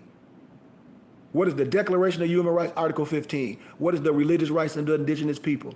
What is House during Resolution 75? Our people are lost due to a lack of knowledge because we refuse to learn. And when I bring higher understanding to show you our nationality and our spirituality, because this is a higher wisdom, we done got religiously blind. We done got caught up with this Jesus thing. And I say, well, a lot of so-called Catholics and a lot of so-called Jews, they study the Talmud. And you should see the atrocities and the weird stuff that these so-called people that believe in whatever they say they believe on, look what they Talmud talk about. This is what I know our people don't understand. We letting people get us caught up with a Jedi mind trick, with a false image of righteousness. I'm telling you. And we don't know that. And we cast under a bad spell. Linguistically, historically, why? Because this is what our people will do. And they argue with you, Black Lives Matter, Black Lives Matter. Black has no standing in law. So everybody that talk that black stuff, they need to stop that. That's madness. That's insanity. And they argue over it. They argue over it. I say black is never getting no dang old reparations. I don't care how passionate, how you feel about it. Ain't no black person getting no reparations. Ain't no black person never got no dang on reparations. The only person that got paid for black people is the person that created them. These is facts. And if we don't understand that, once again, it's something mentally messed up with us. And that's what? Insanity. And nobody should be arguing with me. Black has no standing in law. When it comes to this, if we dealing with law and all this, well, you can't say that we misnomer black people, we know law. That's insanity. If according to science and law, black is silver mortis in the context what I'm talking about, how can we feel good about those things that people have been promulgating to us and pushing this black narrative down our throat? Huh? We done lost our marbles. So can't nobody come to me and tell me nothing. Why? When you promulgate this black stuff, this black this, and we black this, and we all some slaves, and this slave, that's a false narrative of history. Why? Because I get scholars, I get the one world Tartarians by European scholars, and they'll be laughing at all of us in our face for these people that talk about they some educators. Just like I saw on social media, they talk about they banning, what's that book? Alex Haley plagiarized Roots from the colleges. And I said they need to ban that pseudo stuff because Alex Haley plagiarized that book from a European named Harold Colander. It's a book called The African. And then here go misnomer black people that's consciously lost their marbles. Well, it's still meaning something. And then people in power say, how can you defend a lie? It's not real. You see the irony of our people? But it's not real, sir. Alex Haley plagiarized this from a European named Harold Colander in his book called The African. We know this, right? Is this a fact? Yes. But it's still. But what? You see? The irony. We won't accept no wisdom. And this is what I'm saying about this Gnostic science, about this understanding, saying, no, we giving that back. We coming here. We coming here because this is the wisdom that they study. And they give us some things that's not even valid. This is the stuff that they teach behind closed doors. Because I'm part of the Philosophical Research Society. And I'm a scholar and educator. And I graduated from a Christian university with a dual master's degree. And I spoke just like this. This is what I'm telling y'all. Something is missing. The truth. So help me God. I'm telling you big facts. I'm telling you. They study the occult. They study the Gnostic. I'm telling you. The word occult has, in modern Western society, they try to make it dark or evil. But any knowledge or method that is not easily perceived or obvious may be called occult. It will, for many, bring to mind images of misnomer black robes and rituals and sacrifices, communion with dangerous spiritual things. This is how they get us. That's how they get us, to distract us from the central reason, to distract us from being initiated with your brother. I ain't say take no oath. I'm saying initiate it. Anything that you get that you have to work for is a form of initiation. I'm trying to bring your mental up, and our brothers don't want to be initiated. You walking around as a court jester. You're going to be the same age. Well, no, not the same age. What you're doing right now is what you're going to be doing 20 years later. I guarantee you, nothing. Because we okay with being poor and broke, mentally, spiritually, and physically. Can't tell me no difference. You can't tell me no different. I know this for a fact. We okay being that, and you ain't upset. You should be upset. Why? Because you ain't got nothing. And any knowledge or method that is not easily perceived or obvious may be called occult. So you would be like, well, he talk about this and manifesting things and money. You may call it occult. Why? Because you ain't in it. That's why you don't have nothing. It will, for many, bring to mind images of scary things. You see? This popular image of occultism has distracted many of us from dealing with the science that in many ways has not changed since now. And the man can become God. You don't even know that. That's the whole thing. What we made in the image. So if we made in the image of God and we operate as not or less than God, that means we did what? Digressed. In order to delve into something forbidden and unseen, the spiritual world, the seeker, the student must be armed with what? Courage. Armed with what? Love and an iron will. Willing, perhaps one of the greatest paradoxes of what has been called the sacred science is the very thing for which we are looking for.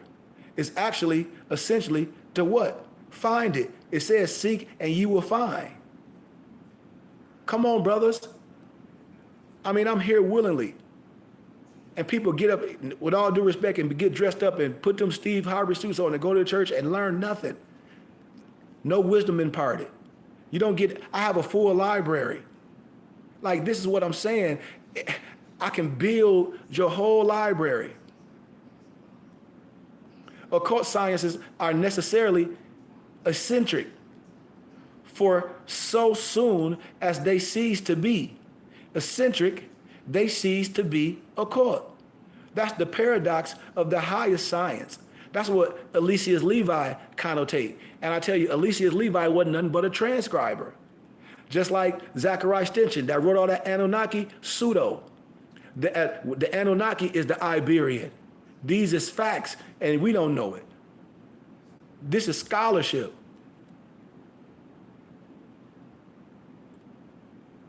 When you start to realize this, you start to step into the field of study. You know, to a multiverse where symbols and methods that share the same name do not carry the same meaning. That's the same way in law. I'll be telling people, I said, just because this mean this in civil don't mean this in criminal law, and you be cross-referencing stuff, and I say, yeah, you cross-referencing the wrong thing. You're going to get embarrassed. And nothing seems to inherently correspond with anything.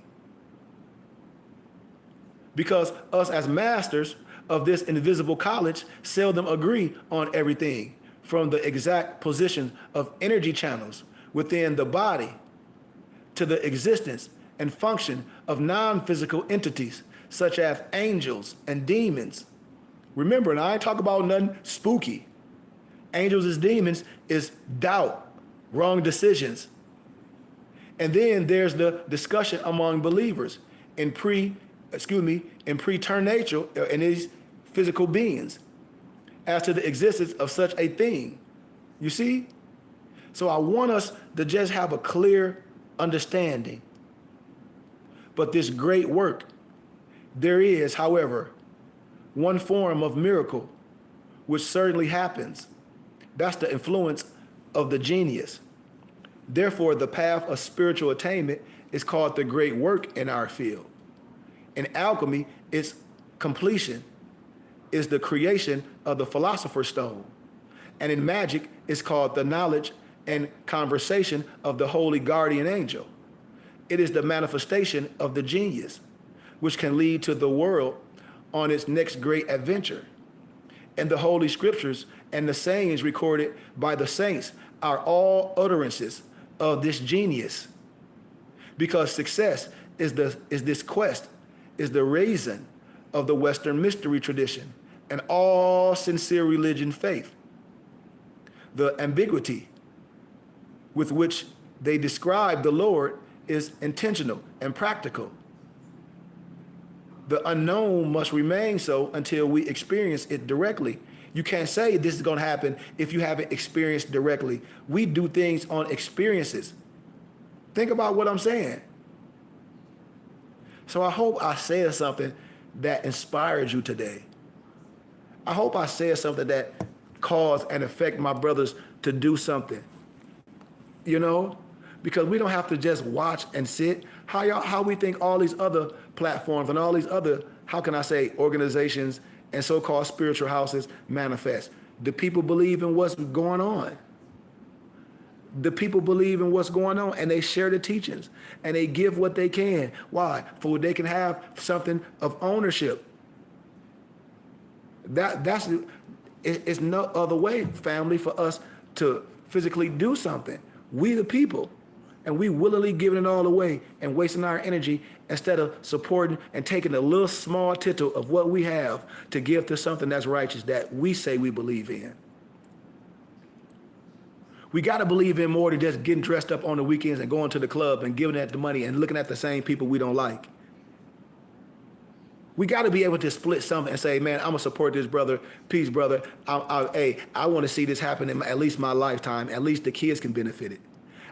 We ain't going to let this scholar and our generation pass like Dr. Ben and all them, because I ain't dying poor and broke like a lot of our scholars and be in retirement homes. That ain't happening with me. I'm not going to let the people and my work, how can I say, kill my health.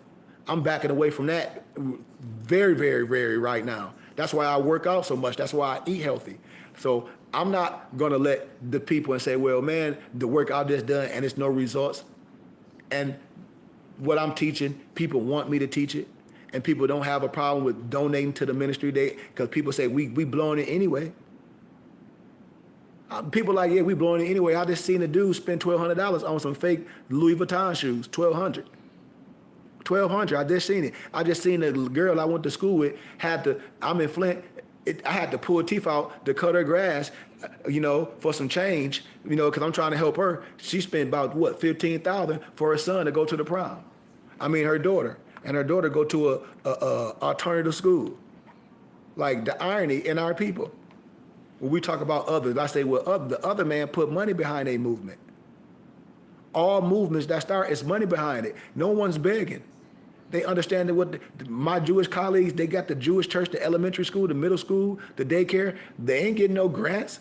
They got grants later because they established off the money that they using, and everybody getting their taxes and receipt because everybody like either we're going to give it to Uncle Sam or we're going to give it to our religious and charitable contribution of their choice. And then these individuals say they Jews, so they split their money 3 ways. I don't understand what we're talking about. And that's what I tell people. I am part of a community. And I knew this was going to happen in my city of Flint, and that's why I don't have to participate in a lot of this stuff anymore. I don't have to be begging people to get grants and all this, and people be like, well, I got to know this person. No, I should be able to do things based off my credentials. But that's how NIGGAs do each other. And this is what I'm telling people. So I'm glad to be able to be in a position to talk to others, to be able to mentor other people and say, you talking to the wrong crowd, Sheik Goodman Bay. I'm just being honest and transparent like you are. Why? Because they like, how long you been saying this to your people? How long you been on social media? How long you been on YouTube? Because my college people on here right now on my other platform, they've been following me. No one say nothing. They be like, you have tough skin. It's people on here been following me for 5 years, 6, 7, 8 years. And then one of my college students was like, ask them, have they ever donated? Nope. Have they ever got a book from you? Nope. They were like, well, why are they here? And I'd be like, well, ask them. Come on this platform and ask them. But it's no reason, I'd be like, come on this platform and ask these people that have been following me on 5 and 6 and 7 and 8, 9 years. And then when I say something, they disappear, You have every right. This is when I say the irony of us. It's like, what are we here for? But if this was used, and I say treat me just like anything else you would do, if this was the club and they say, man, it costs $20 to get in, and you would go each week and give $20, you would even buy an outfit. And this when I be saying the irony of our people, where we'll never get nothing established. Why? Because we'll give everything away, and we'll show up every time, and we'll say we love this, and we won't support nothing and give nothing. The irony of our people. So I can talk about that. I don't hate no one because I love everyone because I ain't blocked everyone yet. I haven't stopped doing this yet. I'm getting ready to real soon, and everybody gonna have to start joining me on StreamYard, Gratitude, brother. Gratitude, brother Hightower. You said, I'm a unique man. Gratitude. I give honor for your kind words, sir. But I'm just keeping it 100. Nobody can say I'm on here for money. Nobody can say on here, I've been telling people to take my program and take my course, and I can fake you this and I can make you some fake ID. I ain't never done that. I could have if I wanted to, if I was some court jester and some scam artist. Why? Because I can show you all the emails that I told people no, and people be like, man, you a real honest brother, and I'm glad I met you. I could have been did that. I know people that came to Arizona begging me just to meet me for me to do that. I'm like, no, man, I don't do that. I don't charge nobody for nothing. I have real degrees, and I'm like, my degrees don't mean nothing. I'm part of the Moorish Science Temple of America. That don't mean nothing. I'll be transparent with everything. And from what I've seen, this is not popular to us. We want to debate. We want to argue. We want to deal with these people with these fake backgrounds because we think we're going to get something. And we don't put none of our money to nothing that's real. That's all I'm saying. And it's no disrespect to our people, but I understand that's the hard work that be done with our people. And I'm not willing to do that anymore. You said, I've been listening to for the first time, and I definitely would like to lock in with you. I hold a vibe. What you say? What, oh, I'm sorry, I'm reading it. You said, I would like to lock in with you and hold a vibes and get into some discussion. My email is goodmankary, GOODMANKHARY @gmail.com. If you subscribe to our Temple and School YouTube channel, which is the Burning Bush Tabernacle Science Temple and School, all my information be going off at the bottom. All our companies, all our book companies, we sell turbans and fezzes, all that. All my information goes on right at the bottom. But I'm in my city of Flint right now. I travel, and I backed away from a lot of stuff. I was talking to my Empress today. She's on my YouTube channel. And I'm just being honest and transparent because I'm always honest and transparent with everyone. So no one has to assume nothing with me. I don't have the energy to do this no more. That's all. And I'm alumni from 2 universities, and now they like, well, just come lecture here. You know, and I lecture at my alma mater in Cleary University in Howell, Michigan, and I got $3,500 donation, and they was like, this is nothing. And I said, well, do y'all want a tax-exempt receipt? They were like, no. I was like, huh? I'm scratching my head, and I said, y'all want me to come back next week? They're like, yes. I said, so 3,500, that's 7,000. They're like, yeah, you can come every Sunday if you want to. What? Pick your day. I said, it's blowing my mind. It's blowing my mind. He said, we're going to help you do this. If you're willing to do this, if you're willing to teach, you don't want to be talking about Angelo Solomon and all this. And I said, damn, they be using this stuff on me in reverse and say, you got to accept the help. I get it. I get it. My family, my dad is from New York, or Albany, New York, you know? So I'm willing to work with anybody. And that's what I'm telling us. We lost. We don't support our people. And so a lot of us that have really done the work, that can really, really change what's going on, we don't get the credit. You know, we don't get the support. And so everybody want us to give. And I say, I don't have nothing else to give. I have muftis that I have in different states, and my mufti's been whooping my butt. Like my mufti, Lamarck, he said, Sheik, you got us. He like, you ain't even been to Sacramento yet. He was like, you don't have to be doing this. He's like, you got muftis in 12 states. You can be on a tour all year. They're like, what are you talking about? I just helped my mufti, Dantes L. in St. Louis, to build our subordinate temple there. Finna help him find a house where we can have our noble house where we can help brothers. We got to start somewhere, you know? You know? We got to start somewhere. And the crazy part about it, Hightower, everybody know I was the assistant pastor in the city of Flint at 2 of the oldest churches in Flint, St. Paul Baptist Church and Mount Olive. And I spoke just like this, with fire and passion. I didn't leave the church because I was disgruntled. I left the church because I said, if I'm going to be a part of the solution and not the problem, I'm going to be part of the solution, not the problem. I moved to Arizona, built my own brotherhood. Got brothers from all different areas. People saw me, opened up my own buildings, getting awards from the West Valley Health Summit with my fez and turban and all this stuff on. Not getting no disrespect from no different nationalities, because I'm really the only brother out there that operate like that in a righteous manifestation in Arizona. So when people be like, well, this, now, I don't have the energy to do it. Why? Because I haven't been getting no support for years. And you can look me up on YouTube and you be like, yes, this brother been on here for years. where I'm gonna say, I'm gonna be honest with you. The reason why the young people ain't, because they don't see the adults doing it. They see our adults in the clubs. They see on social media all the mamas naked, half naked. Oh, that's what they see. So if they saw us, like me, if they were seeing this, because I go to the elementary schools, how I know why we disconnected? Because I speak to the other kids and they interested in it. You know, in Arizona, I speak to the Indian, tribal areas in Arizona. It's all different nationalities. People know I live in Arizona. If you go on YouTube and see me taking all these kids to the Phoenix Suns games, you don't see that many melanated people. You might see one. I'll be telling people, I'll be like, look my background up. Yeah, it's not popular to us. It's not popular to us because the parents not doing it. The nobles, when Moors be talking this, I'll be like, where the kids at? Where's the Sunday school for the kids? Where this and that and the other? I don't see it. When brother be talking about they Masons and all this, I said, but what about the babies? Because others is in this science. I keep telling y'all, the other fraternities, the other man fraternities, everything, all the books is laid out on their Masonic tables. They start young. I keep telling y'all, I'm in Flint, Michigan right now. I was at the library doing a lecture, and then two of the students go to GMI, which is an engineering school.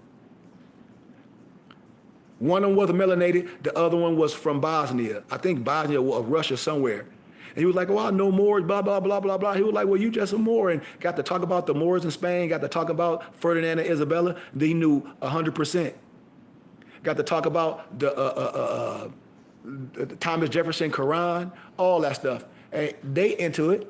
And when they know someone that looks like me is educated, they must gravitate to it because their fathers and uncles are sons of Muslims, AKA Scottish Rite Masons. I'm telling you facts. So we not introduced to it. They are introduced to it and they use it for power. And when they meet someone like me, they want me to teach in their lodges and their fraternal houses. Why? Because they study us to a T.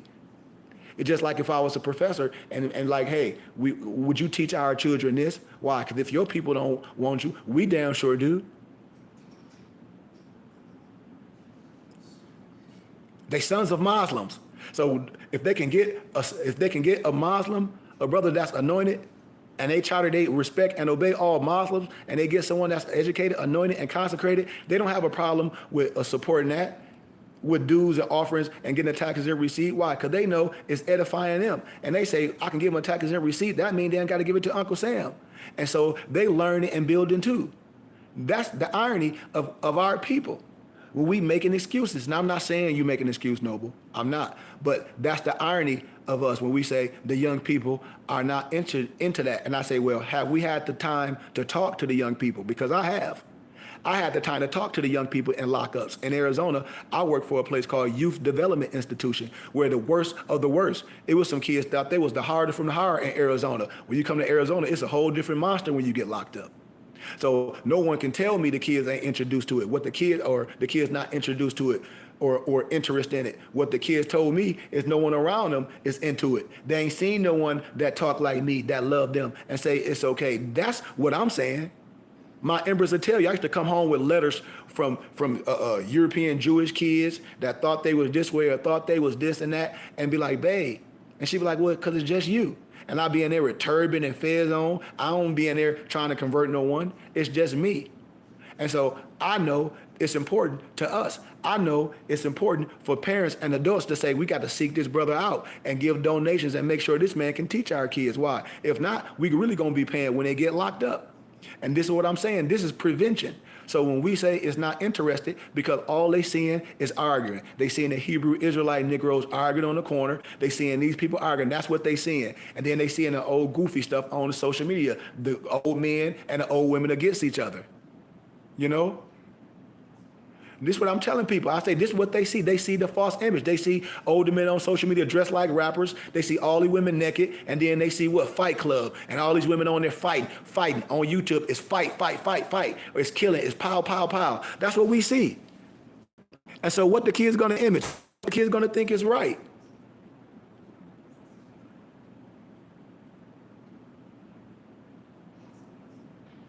What you say, Noble? You said, what you say? With all honor, I got to read this. It said, your knowledge is 100.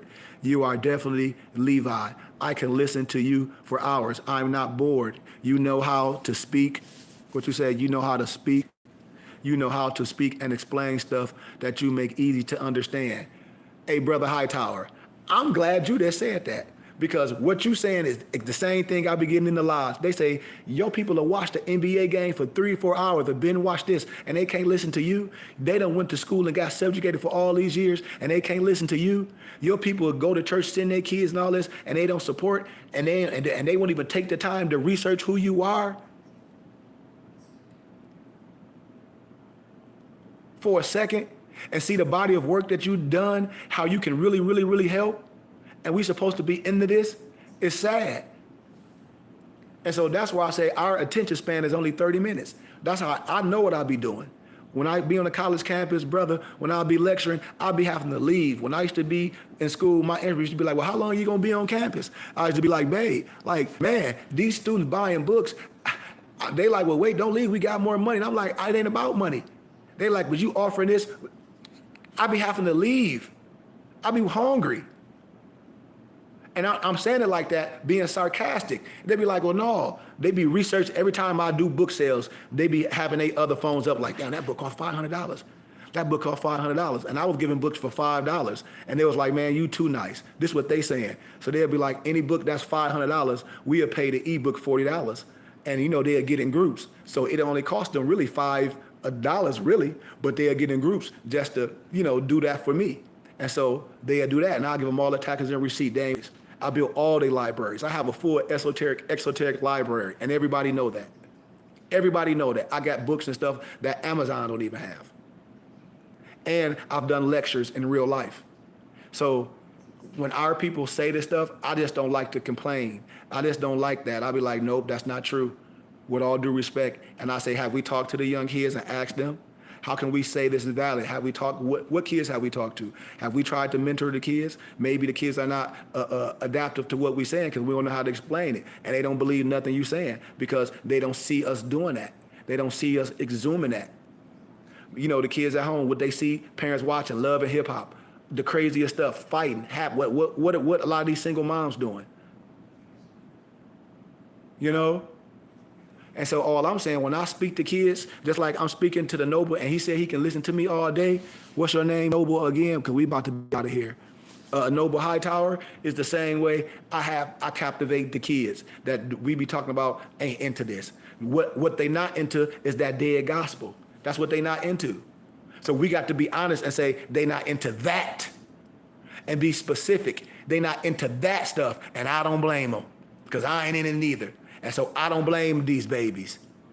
I don't blame the babies.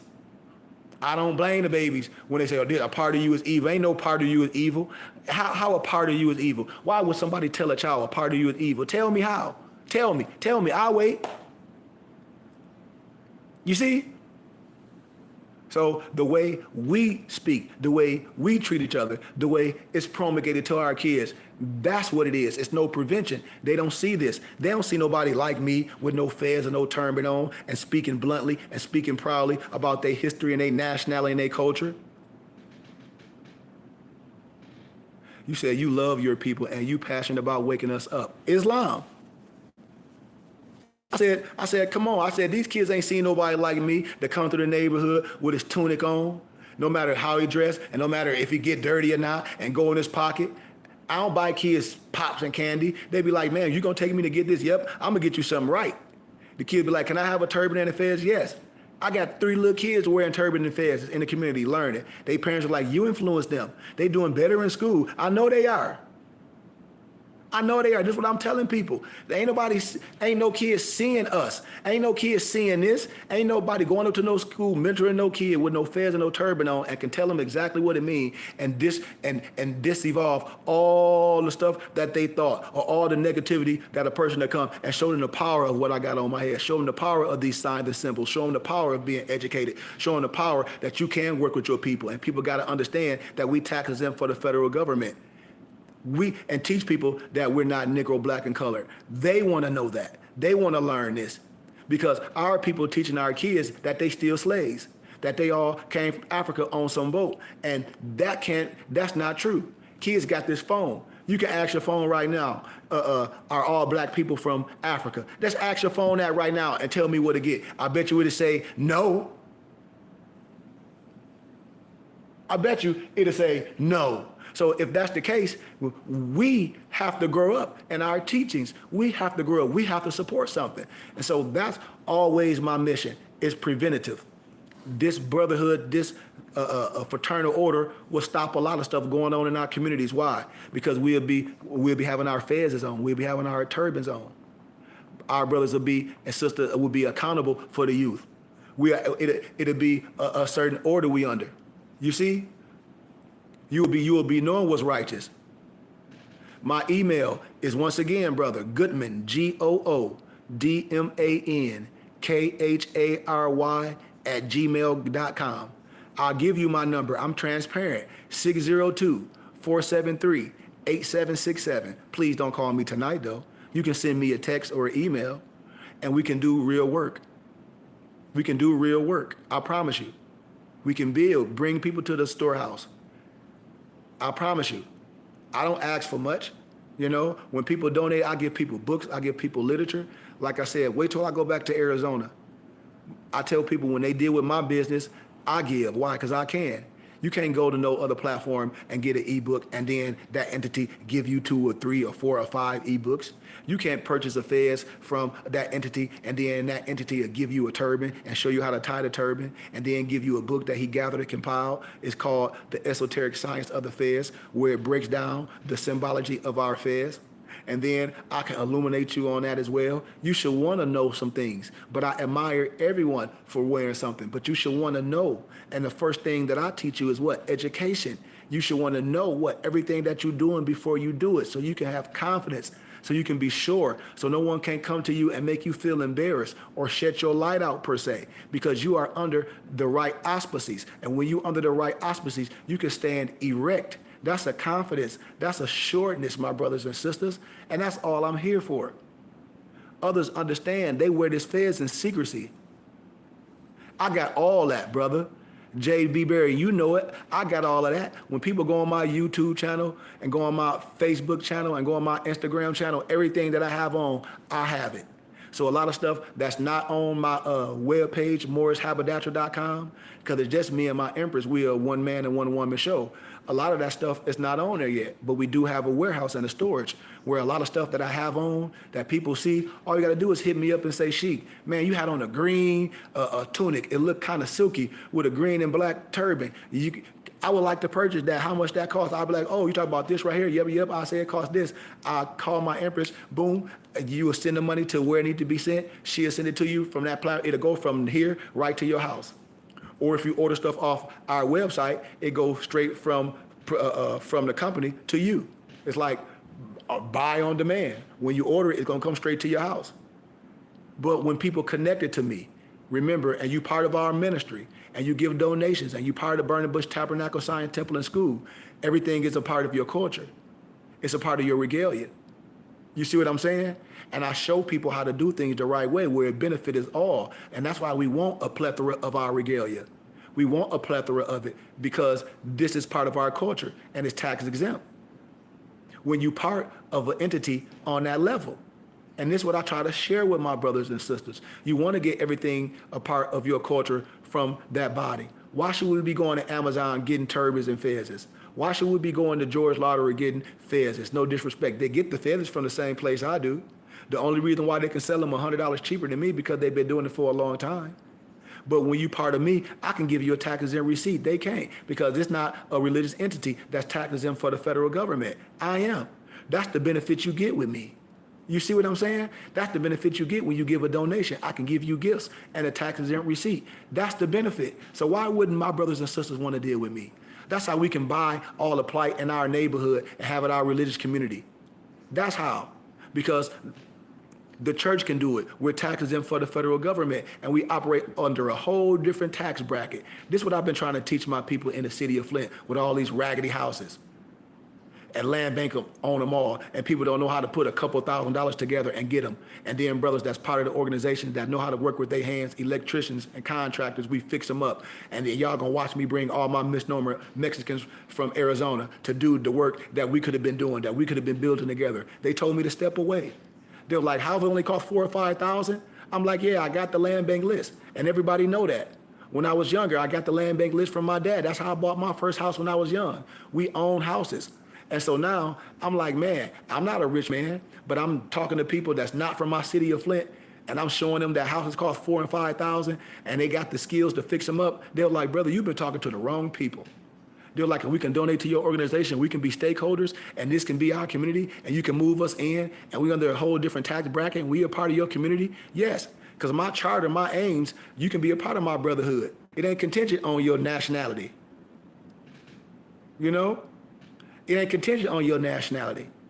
That's how I'm showing people. I'm getting ready to go right to St. Louis with my Mufti Dantes and show them the same thing in St. Louis. And people don't be getting it. That's why we'll never have nothing, because we're giving our money away to Uncle Sam and we're not using it to build infrastructure. And I give everybody a tax and receipt.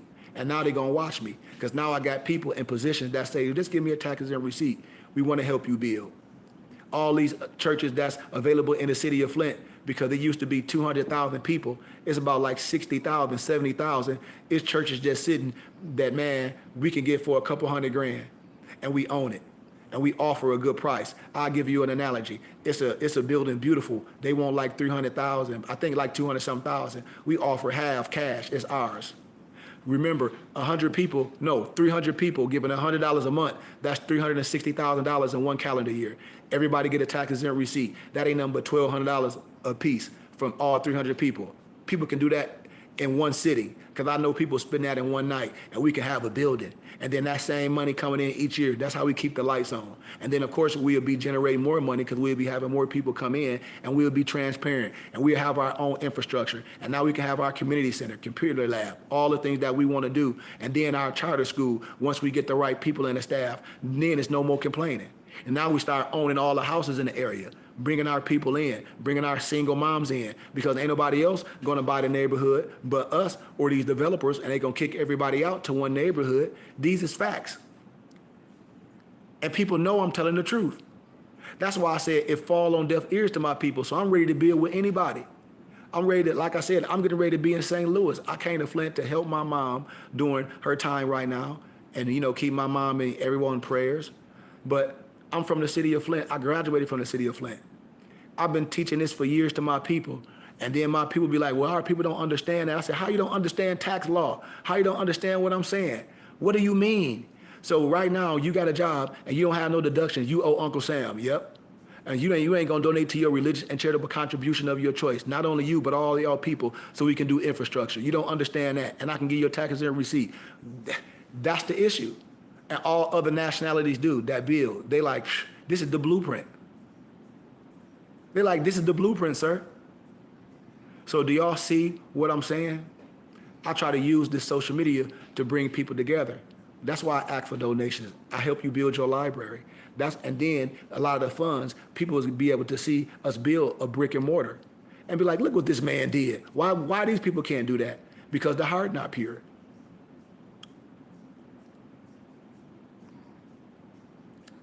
And then I don't try to make people, I'm not a gatekeeper. I can show people do this in their community. Just like we have 10 acres in Kingsman, Arizona. And I say, I can show you how to get 10 acres. But I hope you would be like, man, thank you for showing me how to do this. And be like, man, for your time, I can show you how to get, acres. It is nothing. That ain't nothing. Everybody know our show. I already done showed someone. And they were like, man, we got to give you this. I said, that's a generous donation, and I accept it. And they were like, you got to start taking these donations that we offering, because if you didn't tell us this, they said we wouldn't have never known. They said we wouldn't have never known. And they'd be like, it's this simple? They were like, how long you been knowing this, sir? I said, I've been introduced to it. They were like, man, thank you. I show people how to get land, and they be taking their campers out there on their land, and they got greenhouses on their land. Like, I don't know what people be talking about. My empress know it.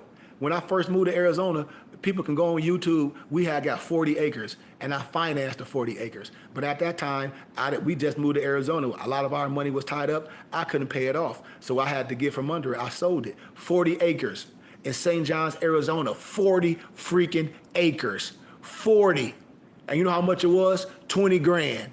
20,000. I couldn't get nobody to donate or do that. No family or friend donate. Now everybody be like, well, Sheik, well, can you show us how to do this? And I'll be like, nope, I ain't showing nobody poo diddly. Why? Because I don't have to.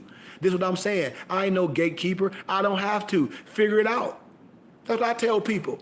Because when I tried to bring my own people in, I had 20 acres. I said, man, people help me, don't lose these 20 acres. I couldn't. I built my muftis. My mufti was like, Sheik, don't worry about it. We're going to get more acres. What we do, we bought 10 acres. We bought it in Kingsman, Arizona. Me and the brothers, me and my muftis. We going on 7 years, brothers. And so I know what we can do. You see what I'm saying? And I had 20 acres. No, not 20. I'm sorry. What were the emperors? 40 acres. I'm sorry. My empress only wasn't it 40 acres for 20 grand. 40 acres for 20 grand in St. John's, Arizona. I mean, beautiful. Beautiful, away from everything. Away from everything. You know? Away from everything. And all you got to do is look on my YouTube channel and go back. You'll be like, yeah, man, this man telling 100% truth. And I'm like, yeah. I wish my mufti was on here, but they at their little celebration. We got 10 acres in Kingsman, Arizona. You can look up the Burning Bush Tabernacle in their records, and you can see Malik Reed L., Khari Goodman Bay, and Lamarck Barclay Bay, the owners of 10 acres in Kingsman, Arizona, a.k.a. Prime Real Estate. I'm telling you. I couldn't get no boy. I was on social media. All the more was like, oh, you trying to be this. I said, trying to be this? I said, man, I got 40 acres. What y'all want to do? You're talking about live on the land. I got 40 acres. What y'all want to do? Well, nobody don't want to put none. Well, you got, yeah, I spend my money. We're trying to own it. So I ain't just finna give nothing to no one. I don't have to do that. Ain't nobody gave me nothing. So what I'm trying to do is sell percentages of the acres to people so they can be stakeholders for now we can own it. People didn't, no matter what type of profit I made. Why are you worried about the profit I'm making? If it's worth for what you're doing, if I'm selling you a quarter of an acre for this money, that's all you worried about. And now I'm doing it with my right people. I say I don't have to show nobody nothing. When everybody be like, how you do this? Well, that's why I don't do book sales. I can be right now and go over books right now, show people 5, 6, 7, 8 books. They'll cost 20, 30,000 or 15,000 for 5 books, and nobody won't even purchase the ebooks for 10 for 40 bucks. And I give you a tax and receipt. But when I'm on my other platforms, I don't have no problem. So why? And I'm asking people this as a question. So why should I continue to do this? Because I love what I do, but no one can say, I've made no value, I made no $1 million in no COVID, or I made no money off this, because I haven't. But in the other field, I do. I do this because I love it. I don't get donations from nothing I do on here. Nothing. Most of the Moors on here, they don't get their fezzes and turbans from me. Most of my Masonic homies do. Most of my European Jews get their yarmulkes and their tunics and their talents from me because I'm alumni with a lot of people. And so that's the real business I do in real life, Noble. But when it comes down to Moors, when it comes down to people here on media that have been following me, Brother Hightower, no, I get no support. I'm being honest. People have been following me every day for months and years, and it's nothing. And I can be honest with that, and I'm still not upset.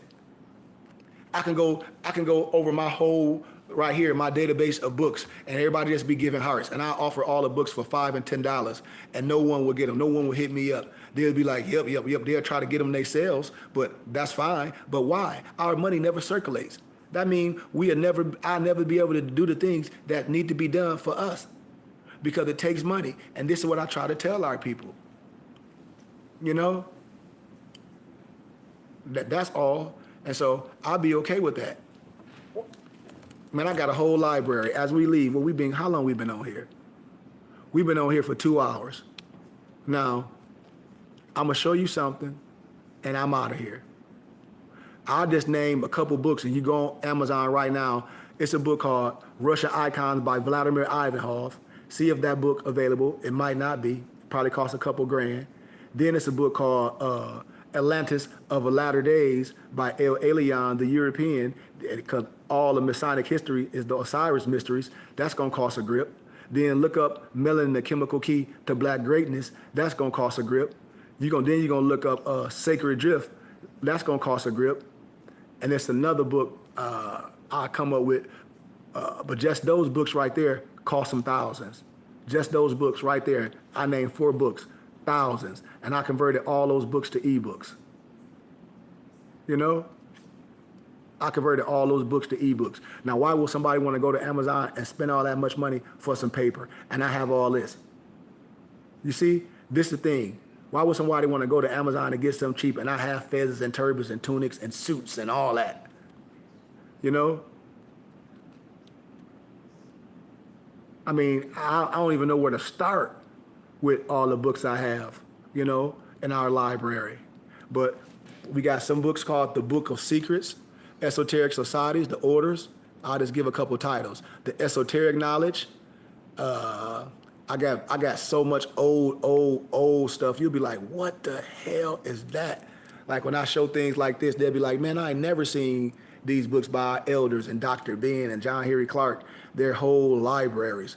I got Bobby Hemmett, whole libraries, you know, all type of ancient books, you know, a plethora of wisdom from different authors, the Arab conquest of Egypt and the last 30 years of the Roman domain, you know, all type of old ancient books.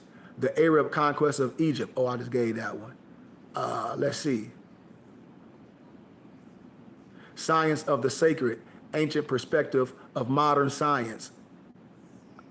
Technology of the Gods, The Incredible Science of the Ancients. This was somebody was asking me about this piece of wisdom right here. And I say, I'm able to teach this stuff with other people. The Greek and Hebrew Bible, collect the essays on the Septuagint. When I say I must understand everything to be able to have a full understanding. That's what wisdom does. What? You must understand. And when you understand, those are the keys. Yep, the unknown Arab. Oh yeah, I got the unknown Arab, but that's not expensive.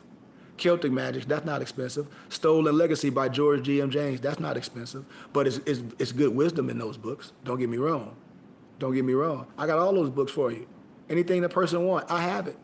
And then I have all first century European writers like Godfrey Higgins, like Bertram Thomas, like David McRitchie, with his books, Ancient and Modern Britons, all those. I have everything. Ibn Battuta, anything that a person would think of, I have it. And I'm not saying it as a know-it-all because this is my field. I got the Gnostic libraries, the Pistis Sophia, a Gnostic gospel, the 7 spiritual laws. I mean, all our elders from George G.M. James to Carter G. Woodson, I got all their books, you know? The Vedic astrology, you know? Numerology with Tantra, you know? All this stuff that people talk about and say, oh man, yeah, well, you'll see Bobby Hemmett holding up books like The Spirit Molecule, the DMT. I have all these books. I have the whole library because I'm supposed to. I'm supposed to. And when I say, when you be seeing Bobby Hemmett lecturing, Bobby Hemmett and C. Freeman L., they good brothers that know each other. And you will see Bobby Hemmett talking about books. C. Freeman L. speaks it verbally just like I do. But I have the whole library. You know? I have the whole library. A scholar's going to have it all. And say, oh, you talking about this. Oh, you talking about that.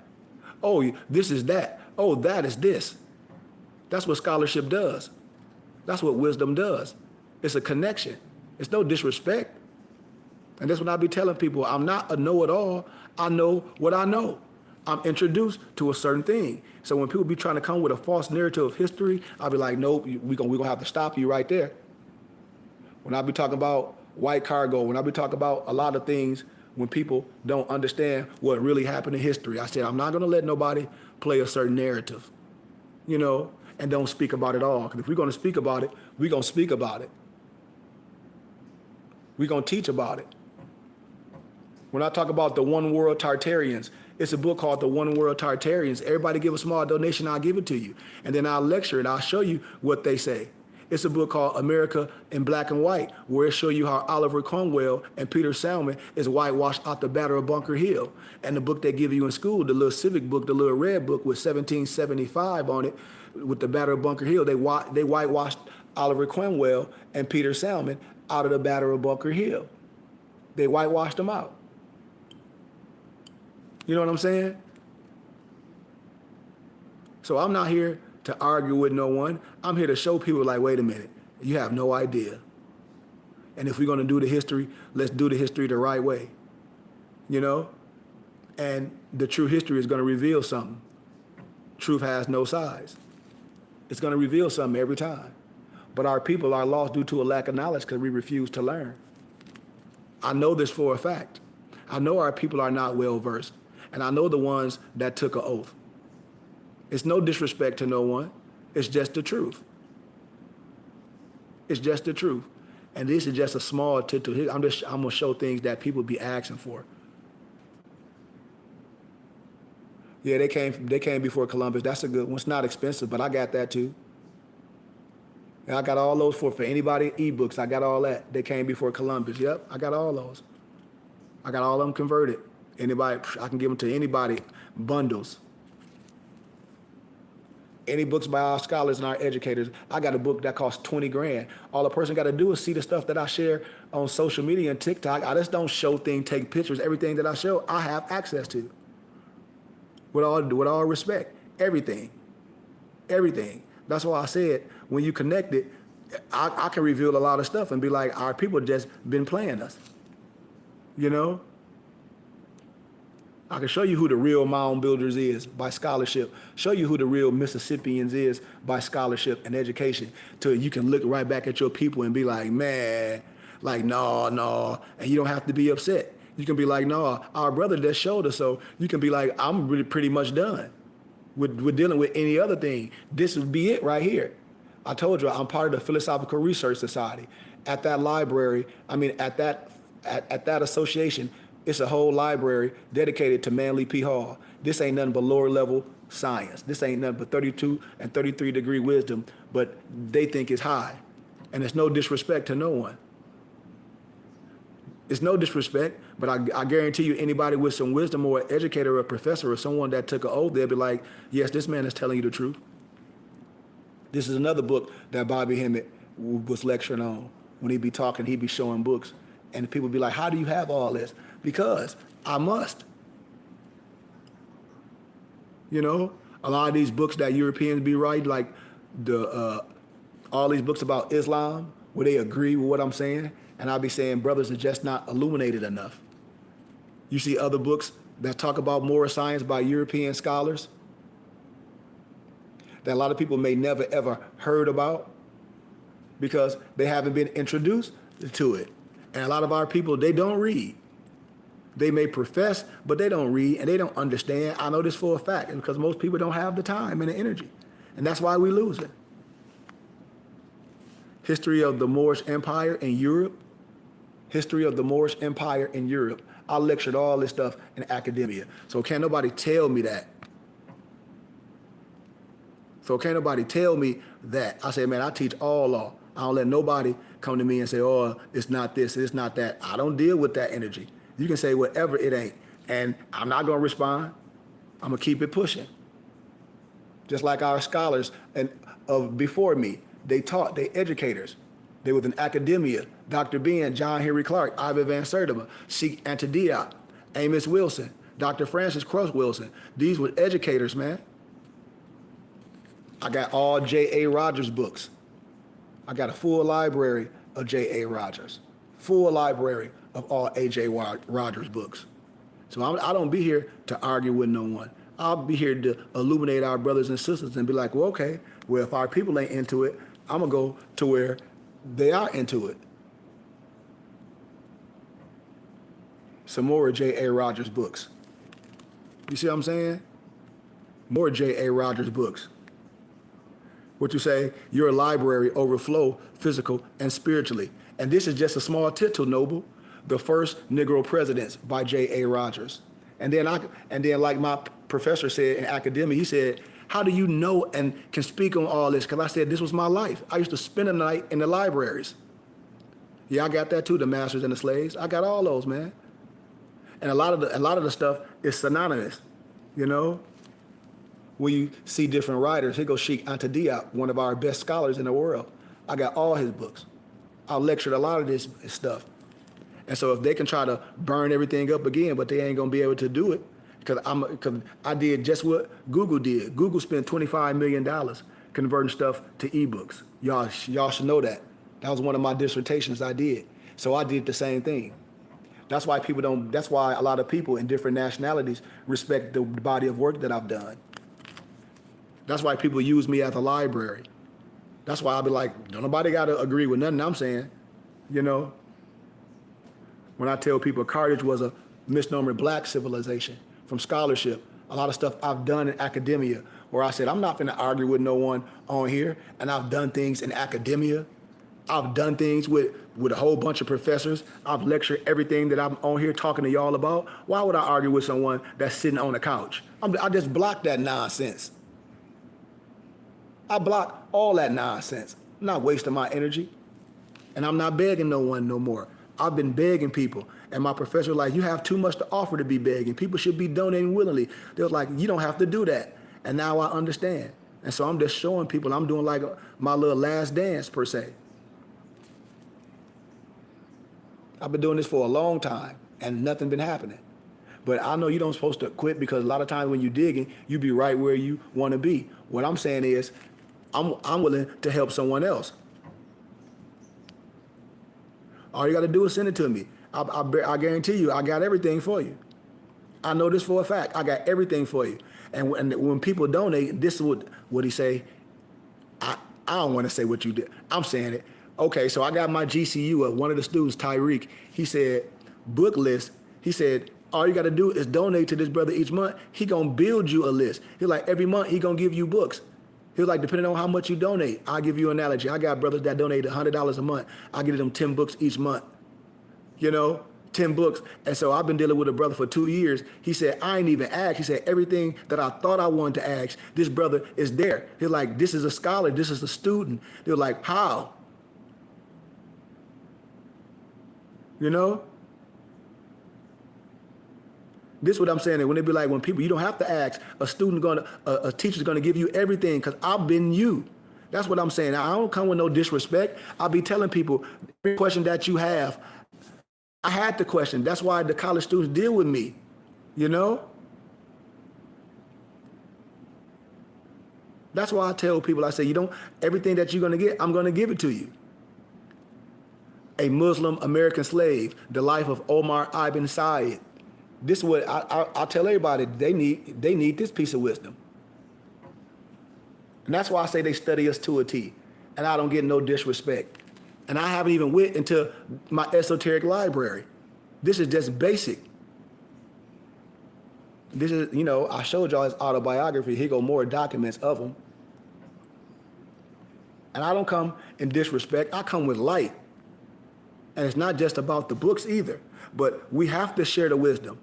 We have to share it because there's a lot of stuff in here. I have a plethora of level of understanding and wisdom that can help us get to a place. I deal with all the sciences. All the sciences. You see what I'm saying, brothers and sisters?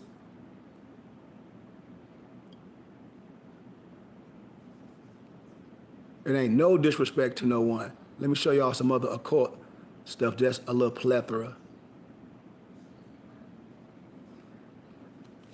How old this one is 1891, the occult sciences. Yep, I got that. I got transcendental magic, astrology, divination yep, I got all that. And some of it, when I show you, is written in different names. Like a lot of those titles you're saying, I can give you different titles from different authors and that for you can cross-reference stuff. Because a lot of the things in certain time periods is other writings that's synonymous to what you need, and we have it for cross-reference, You're gonna see all the Egyptian sign, all the symbology, when you be seeing what I have on and all that, you're gonna see it in their writings. That's why I say, the copy copied you. I don't be coming from disrespect, I be coming from wisdom. That's all. I'll be coming from wisdom and illumination. I'll be like, dude, don't let nobody get you caught up in that spookism. Hermetic, but it's really comedic. I'm gonna always give wisdom and then explain the wisdom. When I talk about esoteric Islam, when you see esoteric Islam, and when I break everything down, about the constellations, the 12 tribes, the Islamic and the scriptures is all going to be superimposed when I break it down as the Mazarat and the constellations. When I break everything down together, it removed the veil of religious dogma, and I started uniting things. And everybody knows the truth. I've done this a plethora of times. People must tune in. People must tune in for we can understand and destroy the spell. Because a lot of people have spells on them. And I say all these signs and symbols, the stuff I'm showing y'all, is the stuff that I've been introduced to. A lot of the symbology that I show y'all, y'all see my affiliation. I'm transparent. I'll be trying to tell y'all it's nothing scary. They reverse y'all. They're keeping you away from it because they don't want you to have no power. And I'm telling you, all power is in our hand. We must come together. So I can keep showing more, man, but I done been on here for 2 hours, man. And like I said, if anybody like the teaching, all you got to do is donate and I'll give you things. And if some of the things that I give you for your donations, you can make special requests, then you can make special requests,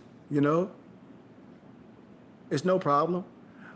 I'll be going to Detroit again to this Gnostic library and I'm going to show y'all. Remember I told y'all about the Sibyls and the Mami Watas, what the Catholic Church hidden? Research what I'm telling you. Ain't no disrespect. I'll be trying to tell people, I'm like, it's a whole nother science. This is another piece of wisdom I feel everybody should have. This is the cannabis Christ. When I show you the symbology of the Shashat, like it's so much power in this piece of wisdom right here. It'll blow your mind. And I'll be telling people, but we're not connected to it. There's so much symbology in here. You see this symbology on here, what you see on the medical trucks, on the ambulance? It's a lot of symbology in this book, and there's so much esoteric wisdom in here. Yeah, my Empress said 2 whole hours. Yes. Yep, Empress, 2 hours we've been on here. And that's what I tell people. We got to get into the know. And so all I'm saying is this, I'm doing my farewell tour. But if people really want to get with me, y'all know how to get with me. Y'all know how to hit me up. This book costs about $1,700 on Amazon. This right here costs $1,700. Why wouldn't you want to get it? Why wouldn't you want to give a small donation to your brother and say, man, thank you, Sheik, while others get it? And so this is the opportunity that we have to build. Y'all know my information. Thank y'all for listening to me. What's that I just showed you? It's a piece of literature. Once again, I told people, all people have to do is connect and come. I only can give so much. And once again, I don't have to give. So I respect everyone for asking. I respect everyone's time. But I've been on here for 2 hours, freely, willingly. And people got more questions. And I said, don't treat me no different than the pastor that you deal with or the other person you deal with, if it means something to you. And if it don't, I understand. So I hope my move to y'all wrote everybody's name down so we can remove people that's disrespectful and we can reach out to those that want to be reached out to. So with that being said, I give y'all honor. I give y'all love. If anybody needs something from me, y'all know how to get with me. If anybody gave a donation, all you have to do is email me at Goodman, GOODMANKHARY @gmail.com. If you sent the donation, then I'll send you a piece of literature. I might send you a couple pieces of literature because I can. And I give gratitude for you supporting me, So once again, y'all, thank you for your time. I love y'all. If don't nobody have no other questions, we out of here. Y'all good? Everybody good? Everybody got the information? Yes, no, maybe?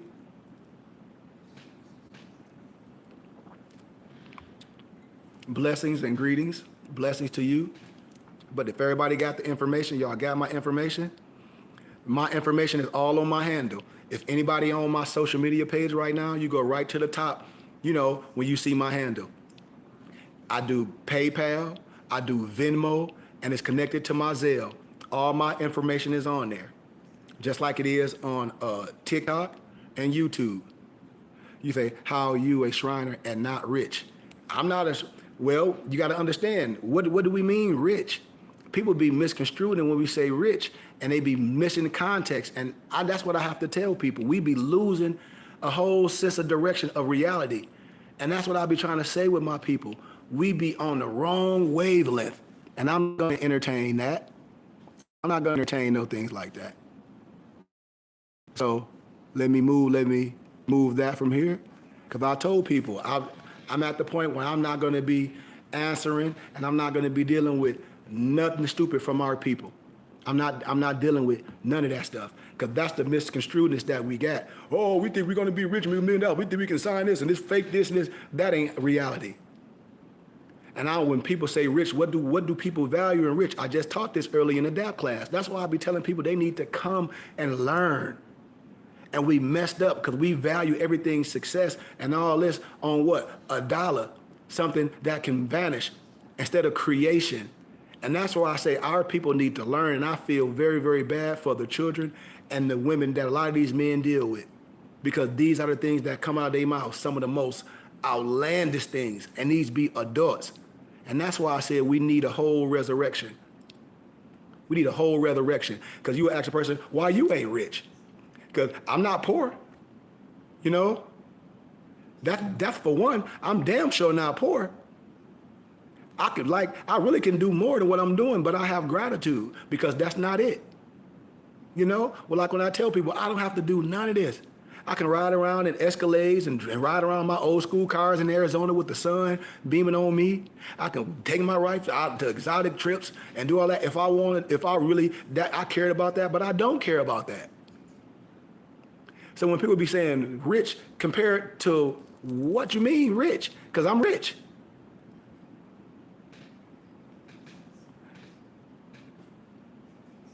Thank you. He said there, yep, and yep, he said, but he said, the reason he say, how come you not rich is because others are hiding behind the Shriner. You know, but then I say, how do we know what others is thinking? You know, that's the thing. How do we know what others is thinking? I'm always going to ask. We don't know what others is thinking. That's what I talked about earlier in the lesson. Our assumption can mess us up. Our consumption can get us cut off. And then we have to be like, well, then, what was my actions? Oh, my assumptions. I messed up. You see? Because we assume a false narrative. It's a false narrative. I know too many Prince Hall Masons. Them brothers ain't rich.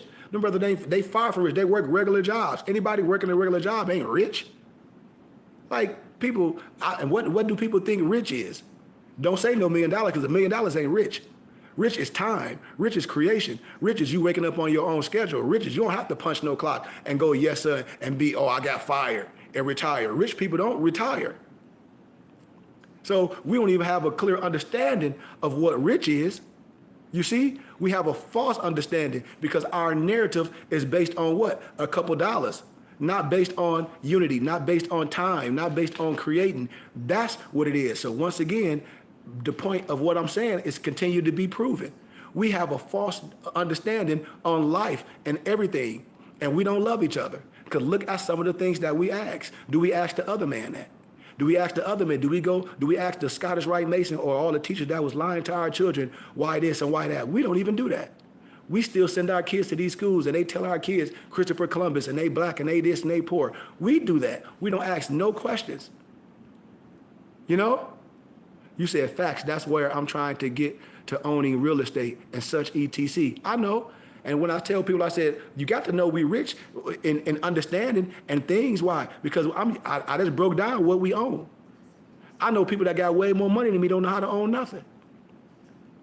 We own land. If something happen right now, me and my people, we can move on our land with our trailers and go on our land and chill and grow fruits and vegetables and replenish everything. Can anybody else? If that's rich, what can you? You can't do nothing. You don't got no land. If the trumpet being blown right now, they say pack all your stuff up and you got to go and go on your own land because everything, we finna drop this bomb. You got 24 hours or you got 72 hours to get where you going. You couldn't go on nobody's land. You have to show your paperwork and all that. You couldn't do that. You would be going wherever they gonna send you. And these is facts. And so that's where our mental of our people be. Our mentality is messed up. Because we have a sense of understand. We have a desensitized of what rich is. You see? Because we don't own nothing. You said you feel blessed that you found me. I've been on here many times. I never come across your live. That's all. And so I just want to thank everyone. But I'm not tolerating negative energy no more. I'm not going to address it in a negative way. I'm going to speak on it, and then I'm done. Why? Because I'm supposed to. Because I'm a person, too. You know? You say you're trying to find them deals. You talking about paying property taxes and stuff? Or you talking about with like in it, like getting property from land bank in those places when people lose their homes and they there sitting? And yeah, but then you got to have the right people that know how to fix them and this, that, and the other. Like it's just a whole bunch of variables that need to go in place, and us as a community, we can do this stuff. So thank y'all, man, once again. And if anybody donated, please send me an email so I can send y'all some pieces of literature, and then y'all can hit me up and anything that you want to ask, talk about specifically. I can deal with you and your people, and I can cater things to y'all like I do lectures when people say, hey man, we put this together, we want to learn about this.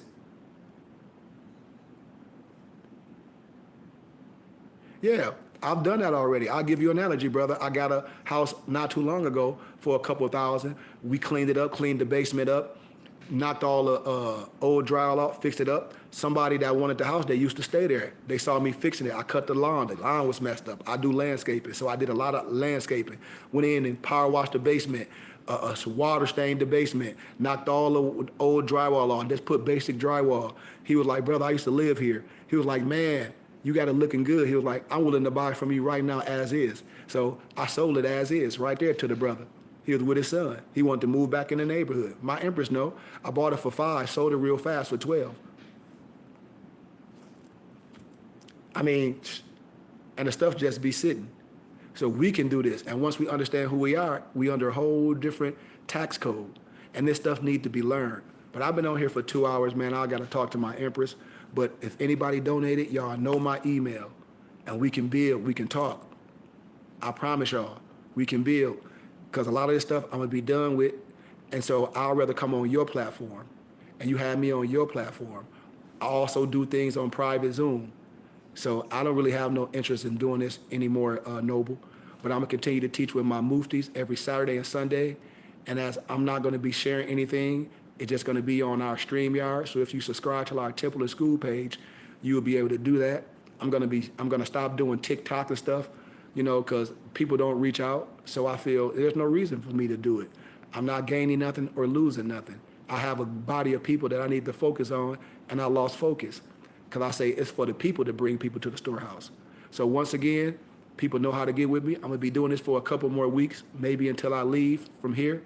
I got till, I think, I'll be here until July, but I'll be coming back and forth. But I really hope my people really start getting with me and support so I can start doing some things, so we can start doing some things, and we can start collabing. And I can start sharing a lot with the people. I love y'all. Peace.